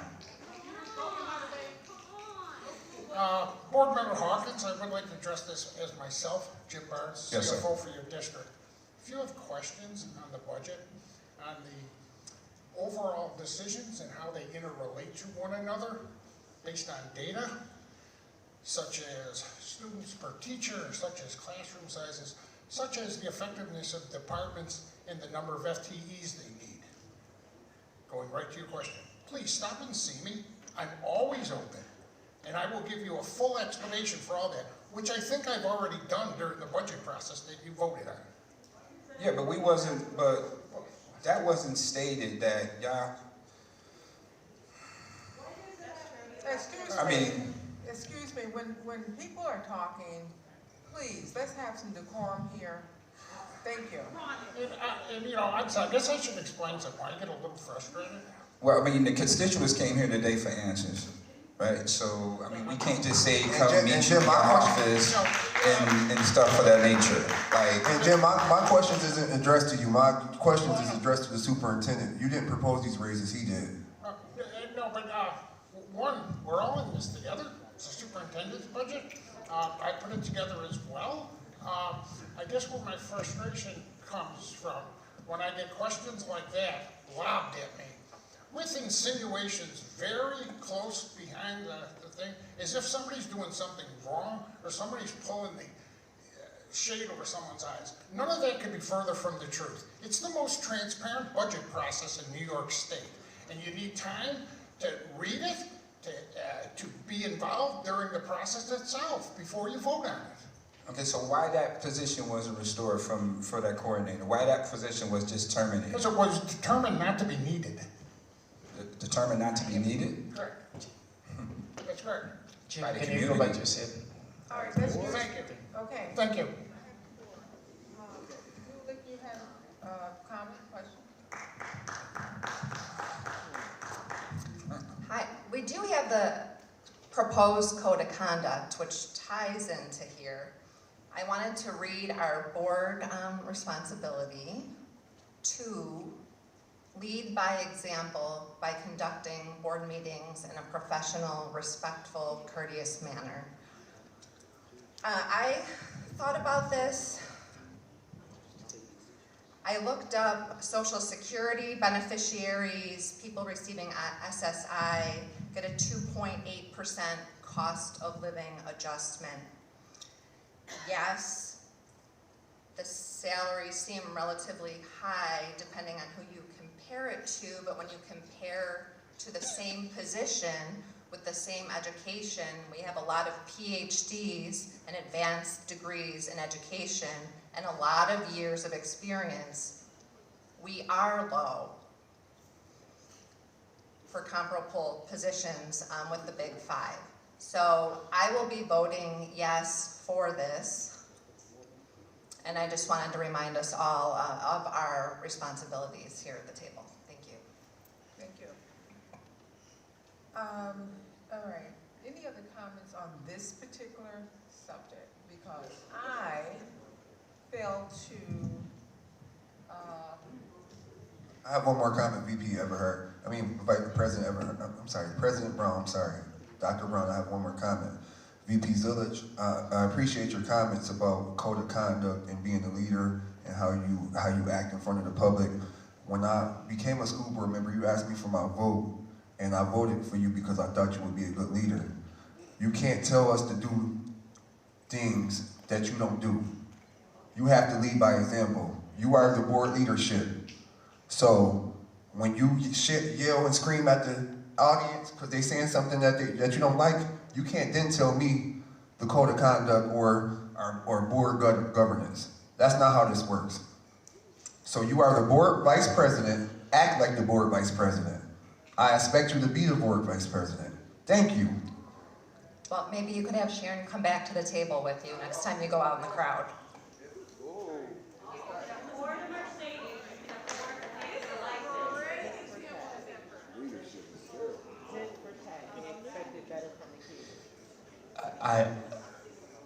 We're all professionals up here. Let's act like it. Thank you.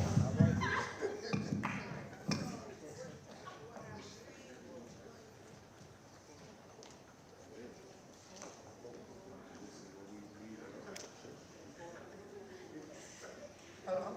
All right. I failed to overlook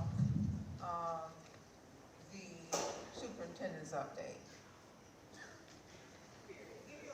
And so I want to go back to do that. And then I will continue on the exception list. So I'm going to pause at this moment and deviate from the exception list and go back so that Dr. Mabenga can have the floor for the superintendent's update. Thank you. All right, thank you, Board President. Chief Botticelli, please come forward. No, I'm sorry, Dr. Broad, come forward.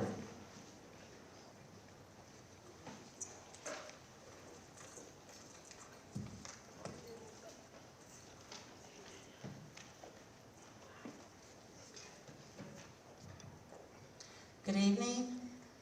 I will share an update on interim guardrail 2.1, and it is the percent of students in grades 5 through 12 who report that they either agree or strongly agree with the statement, "I feel like I am part of the school," will increase from 71.97 in June 25 to 80% in June 2028. So you'll see there on the screen that the blue line graph starts at 71.97, that was the baseline from last school year, and we ended with 74.1, and the goal is 75%. And just to tell you where these data points came from, it is our school climate survey. And this survey is from Chief Bullock, her department, Office of Shared Accountability. They lead these efforts in terms of making sure that the schools have the survey, and they also collect the data to make sure that it's disaggregated. So in terms of what is going well, so we're happy to see that we are moving in the right direction. While we did unfortunately, we did not see the growth that we were looking for, but we did increase by 2.13 percentage points. And some of the things that went well, because it is apparent through our data that we have expanded the use of restorative practices school-wide, and the systems are getting better. And with the restorative practices, we also added some additional data points, such as our short-term suspension. So as of the second week in June, we have seen a decrease of 16% of our short-term suspensions. Also, with our long-term suspensions, we have decreased, can you turn the next slide, please? We have decreased 18% for our long-term suspensions. So again, yes, and kudos to the schools, the parents, we work together as a team. And these data. Okay, order. So these data, they reflect the work that is happening in the school buildings, because we're seeing, again, the increase of restorative practices, circle time, increased student voice, and we see student voice coming to the meetings, but we're also seeing that increased student voice in the schools. And when you see students engaging with one another, you see decrease in suspensions, you see decreases in office discipline referrals, or our students can stay in the school more often. And we are looking to see more and more increase in that area. And then what is not going as well as we would like, we just fell short of our goal, but as you can see, it is a guardrail, and the goal is 80%, at least 80%. We want to see 100% by 2028. There was also a decrease in the number of students who participated, but a bright spot of that is in years prior, every school did not participate. Last year, every school participated. We didn't have quite as many. I think it was a difference of about 700 students. However, during that time, it was another required survey from NYSET during the same time. So it was very challenging at the school level to be able to administer both of those surveys. And you know, during that time too, was a YRBS survey. But now that data is still embargoed, so we cannot share the YRBS survey publicly. And so what's going to be our next steps? We want to continue to amplify student voice. That's critical. And we want to increase the regular check-ins. It's so important when kids are coming in to have those daily check-ins to make sure that they feel part of the school. They are the school. And we want our students, we want every single student to know that. And part of that is we're looking to make sure that every student has a trusted adult mentor. Because when students are struggling, of course they have their peers, but it's also important for them to be able to turn to a trusted adult. It doesn't necessarily have to be their classroom teacher or someone they engage with on a daily basis, but someone they trust. So again, we're not exactly where we want to be, but we're certainly moving in the right direction. And that concludes the update. Thank you, Dr. Brown, for that update. Any questions? Okay. Talia? I'm so pleased with the data. Thank you so much for presenting. I know you mentioned the YRBS, and I've really delved into the last data. I was just wondering, Dr. Brown, if you have an idea of the timeline of when our neighbors can anticipate the new data to come out. And I know it takes a fair amount of time to process, because I feel that there's really encouraging outcomes in there that we're really excited to share. But thank you for your work and for all of the stakeholders in the district that are working to reduce suspension. As everyone knows here, food is one of my main concerns, and I worry about our students when they're uninvited from the classroom and what that means, and you've done amazing work here. So all that to say, do you know when maybe a projected timeline? I'm hoping to find out. I hope it comes out soon, because to your point, some promising data there. And as soon as I find out, I will look into to see when that data can be released publicly. Thank you. Anyone else have a question? Yes. Thank you, Dr. Brown. I'm really excited about this data as well. I am wondering, when you are mentoring or pairing students with mentors, are we also taking in consideration community-based organizations? Absolutely. Every adult in the building. It's really important to involve our community partners, and I'm sure our principals would certainly support that as well. Okay, and so how is that happening? Is the students being assigned to an adult regardless of the program that they work within? So that's actually our next steps. We're looking to be able to ensure that every student has a trusted adult. There are many schools that already implement something very similar. It may not be school-wide, but a number of our students do have mentors in our schools. So this is something that we're looking to launch district-wide. Okay, and how will you be working with the SST team? Yeah, so the student support teams, again, they're all of them are located in the building, a psychologist, school social worker, and a school counselor. And they work directly with their schools as well as our district teams. And we definitely want them to be a part of this, to help support it, to help lead this. And that will increase the feeling of community. And not just a feeling, but this is what it will be. And it is in many of our schools. All of our schools have a climate that they're working towards elevating to the next level, and students are absolutely critical in this. So we just don't want it to be something where adults are leading this, Right. but we also want student voice in determining what that looks like. Thank you so much, Dr. Brown. Sure. Thank you. Okay, no other questions. Thank you, Dr. Brown.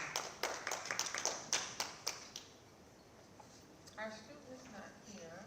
This is his last year as well. He will be graduating from iPrep. All right, so I took a pause from the exception list and I'm going to go back to it.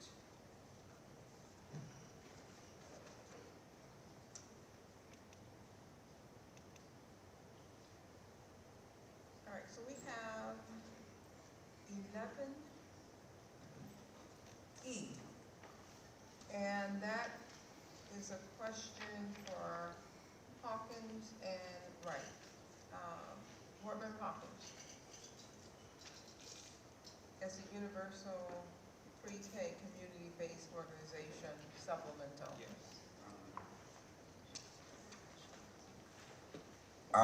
Yeah, I have a question in regards to 11E with the universal pre-kindergarten community-based organizations. I do see here of the approval, but recently this was just brought up in the news of the district being sued. So in the event that they win this lawsuit, are we going to have to pay? Is the district going to have to pay Reach Academy, or should we wait before we do this here, this universal pre-K community-based organization? Should we wait until that case is resolved? Because if they win this, then the money is going to have to come from the district instead of what it's already allocated for. So I think that we shouldn't table this today. This should be moved off the agenda because it's going to cost us more money in the long run, especially if they win that lawsuit. So. If I may respond to that, obviously there is pending litigation. Certainly there's only a certain number, limited information that we would be able to discuss in an open meeting. This would be something that we normally discuss in an executive session if you want legal counsel and advice on it. But with respect to, there was no restraining order or injunctive relief granted in this lawsuit, and my understanding is Reach was simply stating that perhaps if they are successful, they can be added to it, and not necessarily trying to stop everyone else, because to not fund the UPK, I think there would be no programming this fall. Like, they need to ramp up for it. And certainly Chief Botticelli could talk more about that part. All right, so if they win that lawsuit, what happens? I cannot speak about that in an open session.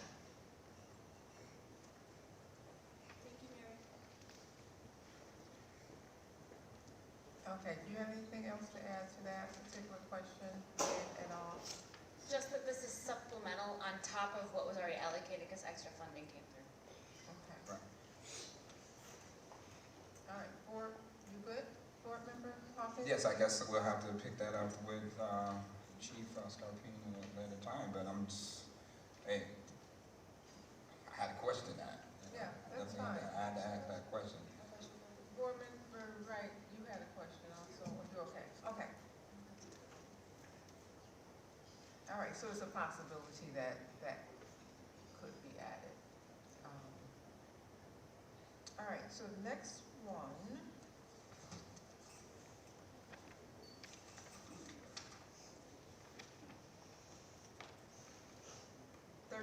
A, Superintendent's Resolution for Data Security. Board Member Hawkins. Is Ebony here? Dr. Bullock? Okay, yeah. Well, I know how many data breaches have we had in the past couple of years?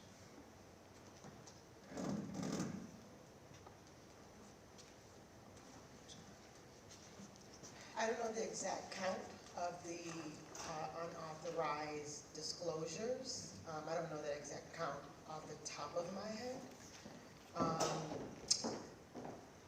But I can get you the exact number. Okay. I do see here is a great resolution put together by the superintendent. Could you please elaborate? Sure, so this resolution basically allows us as a district to sign off on data protection agreements with our various vendors. It also allows, I have a staff member, Dr. Samosky Peters, to work with Chief Scarpine to make sure that those data protection agreements are sound. It also allows us to do some piggybacking and getting some discounts with certain vendors because of our BOCES, our relationship with Erie One BOCES. Okay, now, as we put this great resolution together and somehow it's breached, what are the penalties? So, what ends up happening is we disclose to the families that, you know, that there's been a disclosure. And so we work with Chief Scarpine, we work with the superintendent, the state, and it just depends, right? Most of our unauthorized disclosures, the state is asking us to move away from the word breach because that means something quite ominous, right? A lot of times we just simply have to say to a parent, a child's name was sent to a different parent. And so we worked that out with the parent. As of yet, and Mary, Chief Scarpine, you can help me with this piece of it. This year we haven't had, if you're asking like monetary repercussions, there has not been anything for the, against the district this year. Is that where you were going? Yeah. Okay. Yes. No further questions. Thank you. Thank you, Dr. Bullock.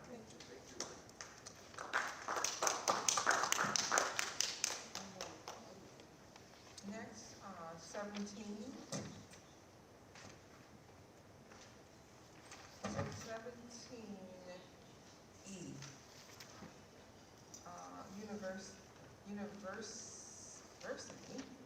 Virtual Services Incorporated Athletic Trainers, Portland Hawkins. Yeah, I mean from 17E, 17I, 17J, 17K, 17L, and 17M don't even show an equal opportunity. And I'm struggling when I look at, you know, these items and then I see, again, no MWBEs, no MBEs is awarded or even considered as vendors, you know, when it comes to this. And when I look at the equality of what's being hired, the numbers are lopsided. So when are we going to get some equality when it comes to equal opportunities, you know, on these job positions, you know, in 17E, 17I, 17J, 17K, 17L, and again, 17M, when you look at it, it's completely blank, like they don't even want to show you, you know, the info. So I need some clarity on where it's going to be some equity and equality when it comes to EEOs, because what I'm looking at right now is completely lopsided. That's a good observation. I know when board member Woods was on the board, that was one of her pet peeves, trying to increase MBWE contracts. And there was some training being done periodically on that to increase in MBWEs, and we need to get back to that, so that's a great observation. COO interim, did you need to want to respond? Dr. Kevin Everly, I'm your interim for the month. Well, thanks for having me. Welcome. That question is a flashback for me because I go back 8 years as COO, and that's always been a competitive piece. Of these pieces of contracts that you see, it is a difficult piece in these specific areas. Like the first ones, you have to look at the actual companies and what the services are. Pest control, a lot of these different areas, you can look all down Murid. Those are specific areas of high intense companies, you know, when you're getting into boiler systems and all the different things, it's very, very competitive. It goes with the RFPs go out, and we had a 25% rate even 10 years ago. And that's a difficult thing, as you're saying, Madam President. Very, very difficult to get into these competitive areas with these actual vendors to actually get to that rate, because there's not a lot of companies with the MWB here that are in those areas. Oh, in what areas? Well, like pest control. We've been working, I I know the pest control, the district's been with them for probably 15 years. And this goes out yearly, these contracts go out yearly. A lot of people don't compete with it, or they don't even put in for the RFP. Are you aware that School 99 has a pest problem? Oh, hey, I've been away, I've been gone for 4 years, but I know it's been many years of pest control. And it's regulated by state regulations and state ed, and the Department of State ed actually regulates as far as the pesticide they can't be used as. So they have to have pest control companies versus the actual pesticides they used to use. I know that's still in place, so it's very critical to get the different ones that are experienced in these areas, especially like the first one. Like there are rodents that are running out of the closets where kids are putting their coats at School 99. And this has been an ongoing problem. This is not new. Oh, no, it's an ongoing problem for years at School 99. Right. All right, so this is the report I get from my principal at that school. Right. So, and then, well, and that's why we have the contracts come in. It's a continuous contract for them to eradicate any of the pests, to get away, because they can't do any pesticides. So that's an ongoing. That's been ongoing since I've been here. I've been in the district. Is that an updated list? Where did that list go back from? Is that a 2026 list for vendors? I don't have that in front of me. No. I've just been here a month, but I don't know what the most current one is. Board Member Rodriguez, you had a question also? Absolutely. It is so nice to meet you. This is also one of my passion areas as well. And I have heard systematically the same arguments been made at all levels of government, sir. I think one of the things that's concerning to me, and one of the things I would love to explore with you during your time with us, as well as a stakeholder, is when we're advertising the opportunities, the list of papers does not include papers in my community. And that might not be something that you're aware of. So, so I'm informing you, sir. So when you're talking about people having the equal opportunity to respond to bids, of which are subsidized by taxpayer money, and we're not advertising in Latino or multilingual papers, then sometimes I'm acknowledging your point that it's very difficult for them to then ultimately become aware and or bid. So I guess what I'm just looking for, and I've said it to this board continually, is, as Board Member Hawkins has alluded, a updated commitment on MWBE spending, and where I won't be approving expenditures where there are companies that have 0 people of color, right? And that may not be a problem that we can explore right now, sir, but one of the things that's become apparent to me is that at least for the meeting, it needs to be noted. So that way we can continue to work with our advocates in the public, as I was. I actually had a list of Latina businesses, and then some of them were MWBs, and to your point, I found that was a very difficult process, but for me, it's the widening of the casting of the net, right? So we just want to make sure that we're at least advertising the opportunities as widely as possible. And I would love to talk to you and Dr. Mubake offline about how we can continue to do that. Thank you for your service. I really appreciate it. Thank you, Dr. Everly. Thank you, Board Member Hawkins and Board Member Rodriguez.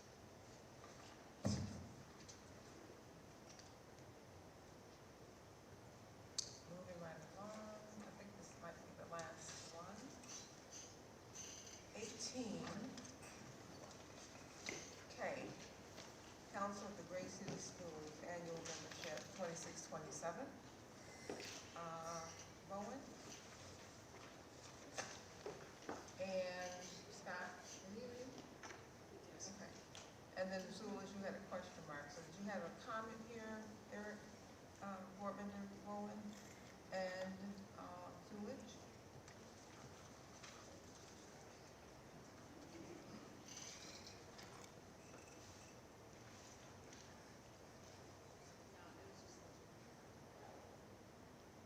What you mean, no what? You don't know.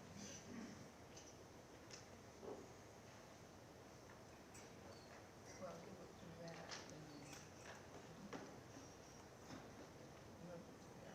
Okay. All right, so just for clarity, it sounds like the board members I mentioned are not going to vote on the Council of Great City Schools annual membership. And they do that when our counselor COLAs. Right, Counselor? Correct, we're going to motion to approve, yes. Okay. All right, all right, if nothing else, I don't see anything else on this exception list. I have one. I mean, the code of conduct, and Vice President Zulich, mimic that. Like, do we all know the code of conduct? All of us? I went to 2 virtuals. I went to in person, and it's some things that I still don't have clarity on. And as board members, we have not got together not one time to really discuss code of conduct. We got a lot of things that's happening inside these schools. And we need to thoroughly look at that code of conduct before we vote on that. I'm just being transparent.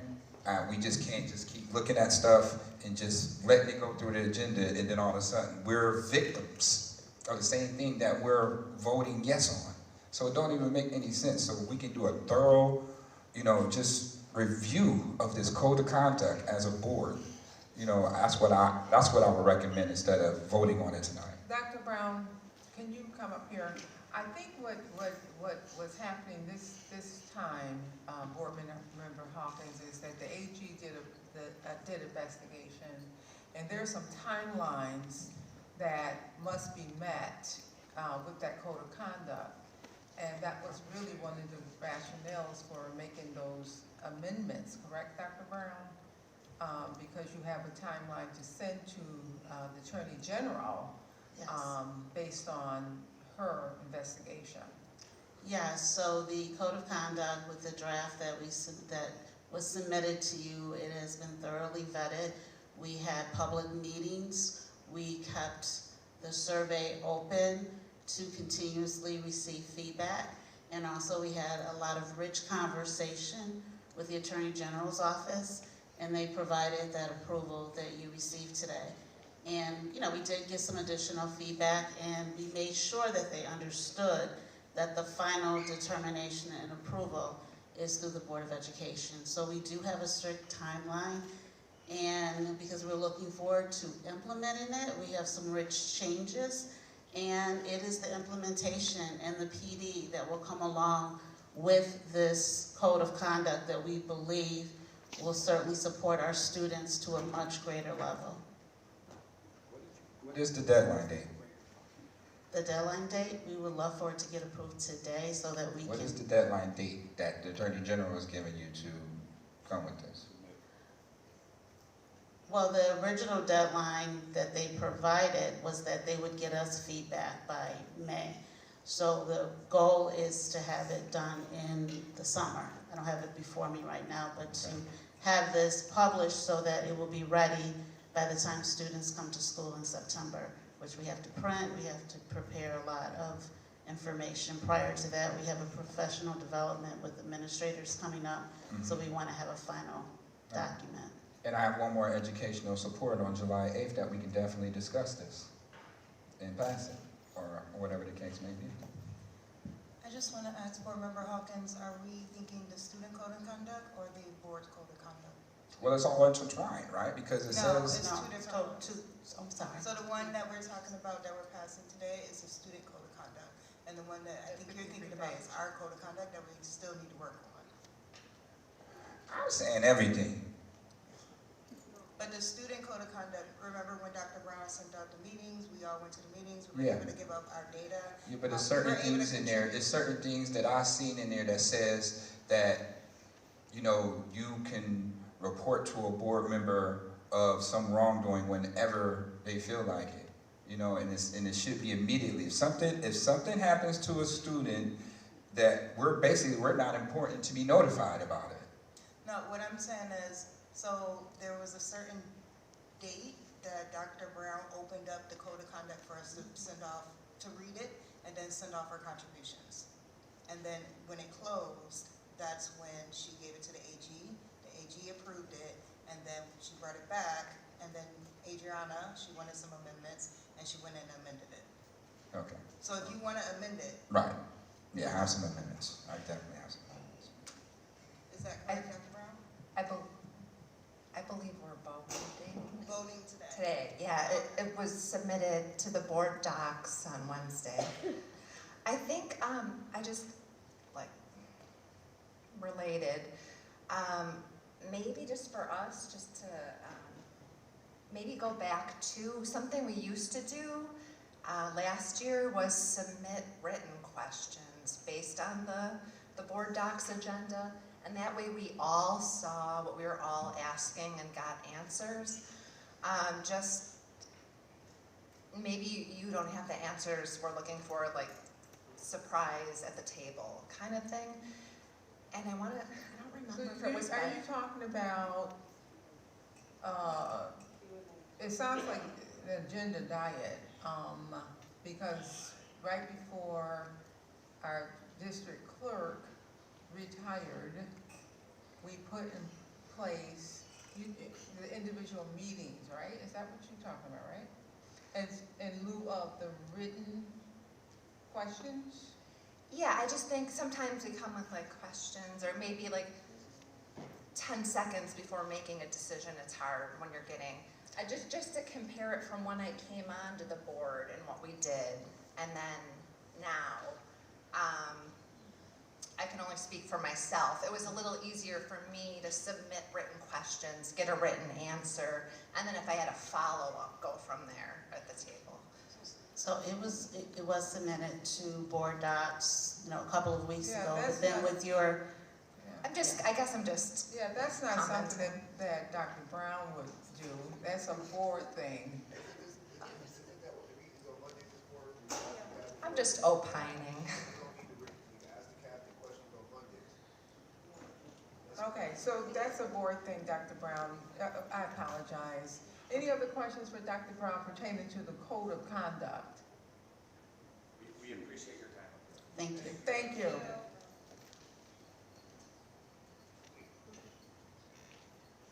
The board thing is a board thing. And we can agree to disagree. All right.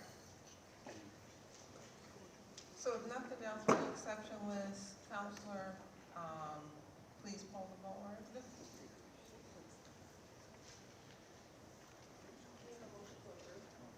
Oh. Excuse me.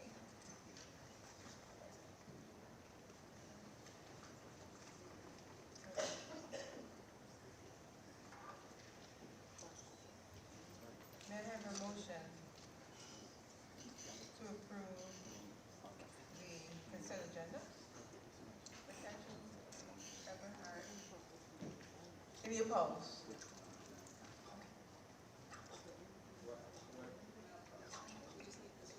Oh. No, this is for the consent agenda. Just point of order, there is now a motion to approve the consent agenda that is on the table. So therefore, on the motion to approve the consent agenda, do you have any exceptions? And just to note again, this is without lines 10 and 11 from item 9C, since those were pulled. But do you have any exceptions, Board Member Bowen? Vice President Everhart? No exceptions. Board Member Hawkins?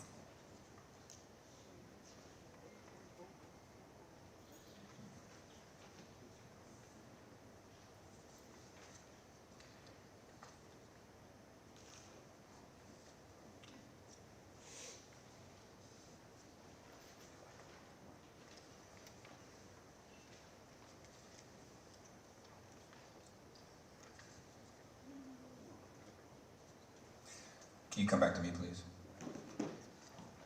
Board Member McEachen? No exceptions. Board Member Rodriguez? I had exceptions to 9D, 8 to 42. Okay. And other than that? No, ma'am. Thank you. Board Member Wright?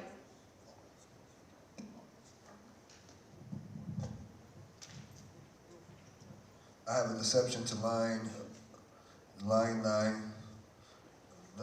D. I would like to recuse myself from line 11A. I would like to recuse myself from line 11D. I would like to recuse myself from line 11F. I would like to recuse myself from line 11I. And I would like to recuse myself from line 11Q due to employment affiliation. And I apologize, Board Member Wright, for clarification with items 9D, were there specific lines within that item or just the entire 9D with the exception? With the exception for the exempt raises. So those specific lines. Okay, thank you. Vice President Zulich?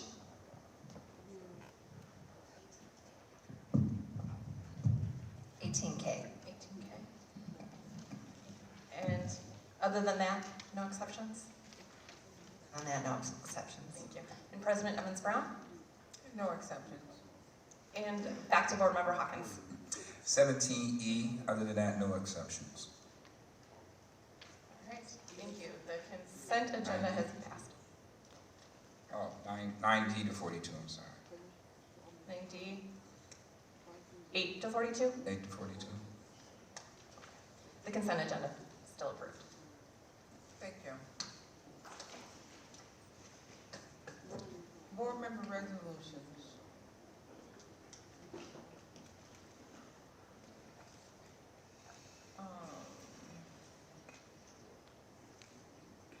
Okay, this resolution is to approve board attendance sponsored by Honorable Dr. Kathy Evans Brown, board president and East District board member. This resolution is to approve attendance by board members for the 26-27 fiscal year to the NAACP Medgar Evers Annual Gala, which is weekend, but this is for next year.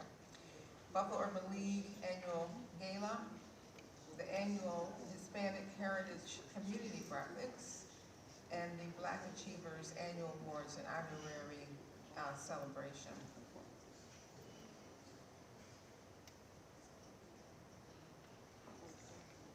Discussion, right? What? No. May I have a motion to discuss, any discussions on this resolution? Yes. I was just moving to approve it. Oh, okay. Rodriguez first, second, by Bowen. Thank you.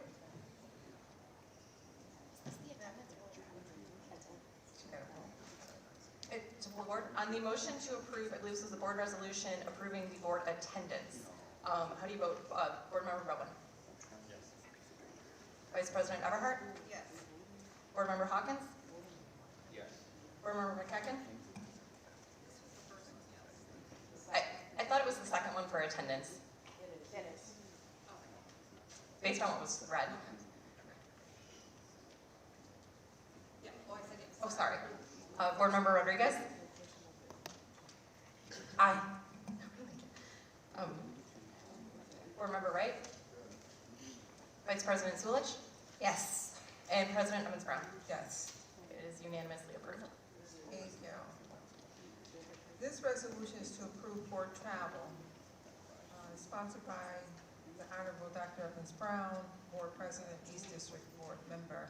This resolution is to approve travel for board members for the 26-27 fiscal year to the New York State School Boards Association regional workshops, meetings, and conferences, the Erie County Association of School Boards, regional workshops, meetings, and conferences, Council Big Five school districts, Big Five workshops, meetings, advocacy, and conferences, Council of Great City Schools workshops, meetings, and conferences, National School Boards Association workshops, meetings, and conferences, the CUBE Conference, New York State Association of Black, Puerto Rican, Hispanic, and Asian Legislators Incorporated Annual Legislative Conference, that was a mouthful.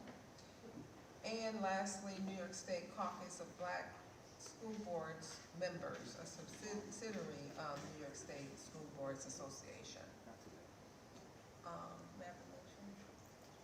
Everhart and Hawkins. Counselor? On the motion to approve or adopt the resolution approving the board travel, how do you vote, Board Member Bowen? Yes. Vice President Everhart? Yes. Board Member Hawkins? Yes. Board Member McKecken? What? Okay. Board Member Rodriguez. Yes. Board Member Wright. Vice President Zulich. Yes. And President Evans Brown. Yes. Board resolution is adopted.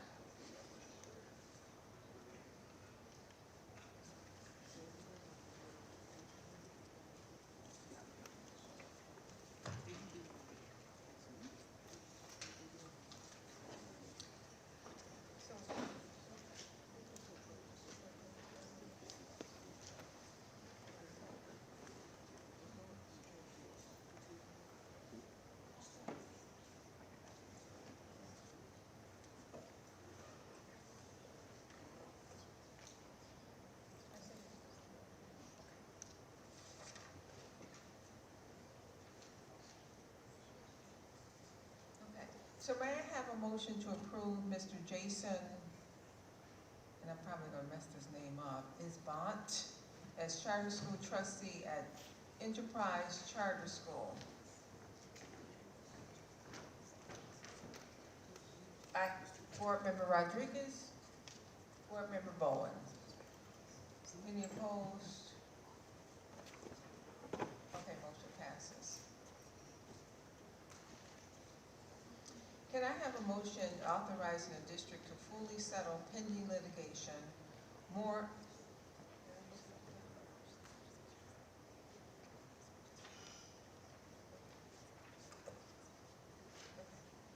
So can I have a motion authorizing the district to fully settle pending litigation more as P&G for AMW versus the City of Buffalo et al. With New York State Supreme Court Index Number 818018-2024, with the district paying an amount not to exceed $20,000. Board Member Vice President Everhart, Board Member Bowen, all in favor? Aye. Any opposed? Motion passes. Can I have a motion authorizing the district's Office of Legal Counsel to retain Wolowitz J.D. Consulting LLC to serve as an expert witness in the matter of Harper versus Buffalo City School District with the New York State Index Number 802-595-2021 and a paid pending invoice from Wolowitz J.D. Consulting LLC in the amount of $23,568.83. Board Member Rodriguez, Board Member Vice President Everhart. All in favor? Aye. Any opposed? Motion passes.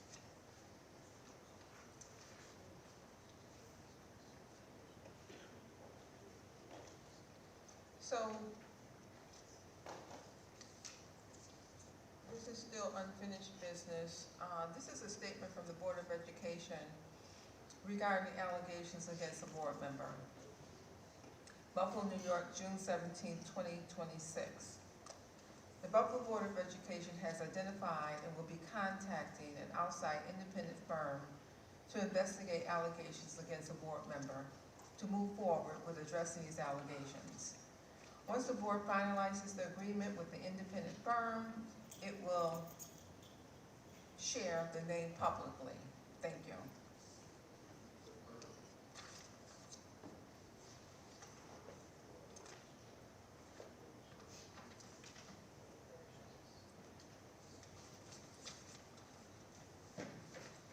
Please stand for bereavements. VP, I have one. I don't do the last or first. A bereavement. Can I say it? At the end.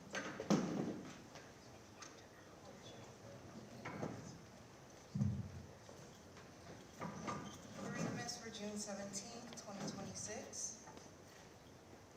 April 18th, Caroline Rita Gallagher, mother of Julia Gallagher, a teacher at McKinley High School. May 20th, Robert L. Hunter, former kindergarten teacher, brother of Best Union.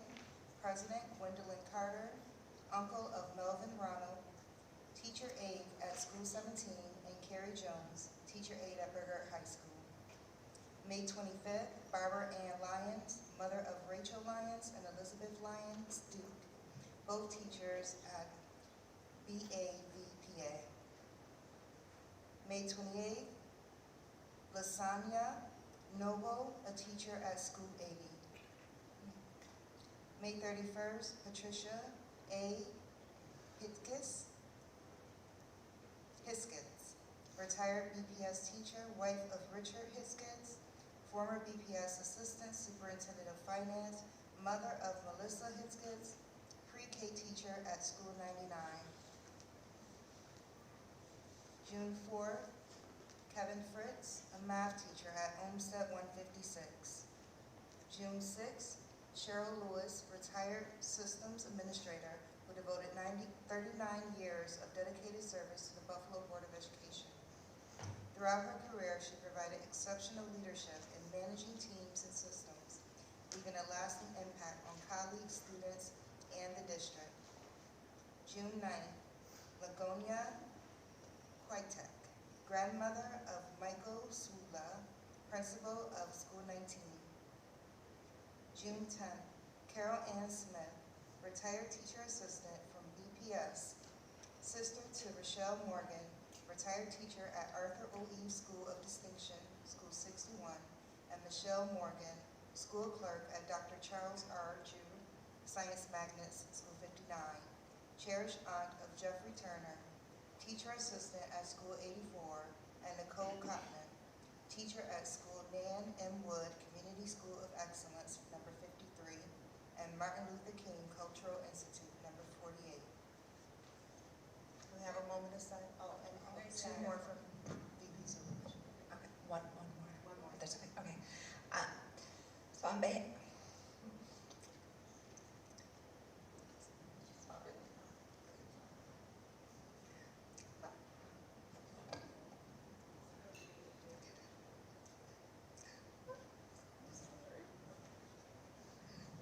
On behalf of on behalf of the face of Makowski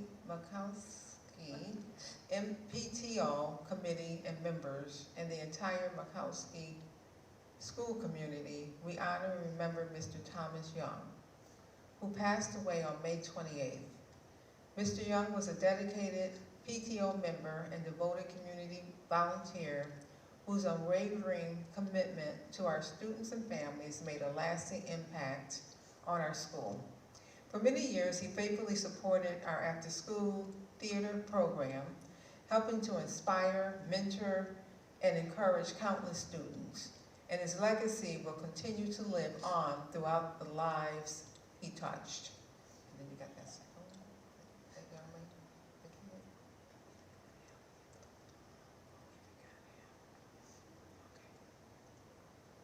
Do we have a moment of silence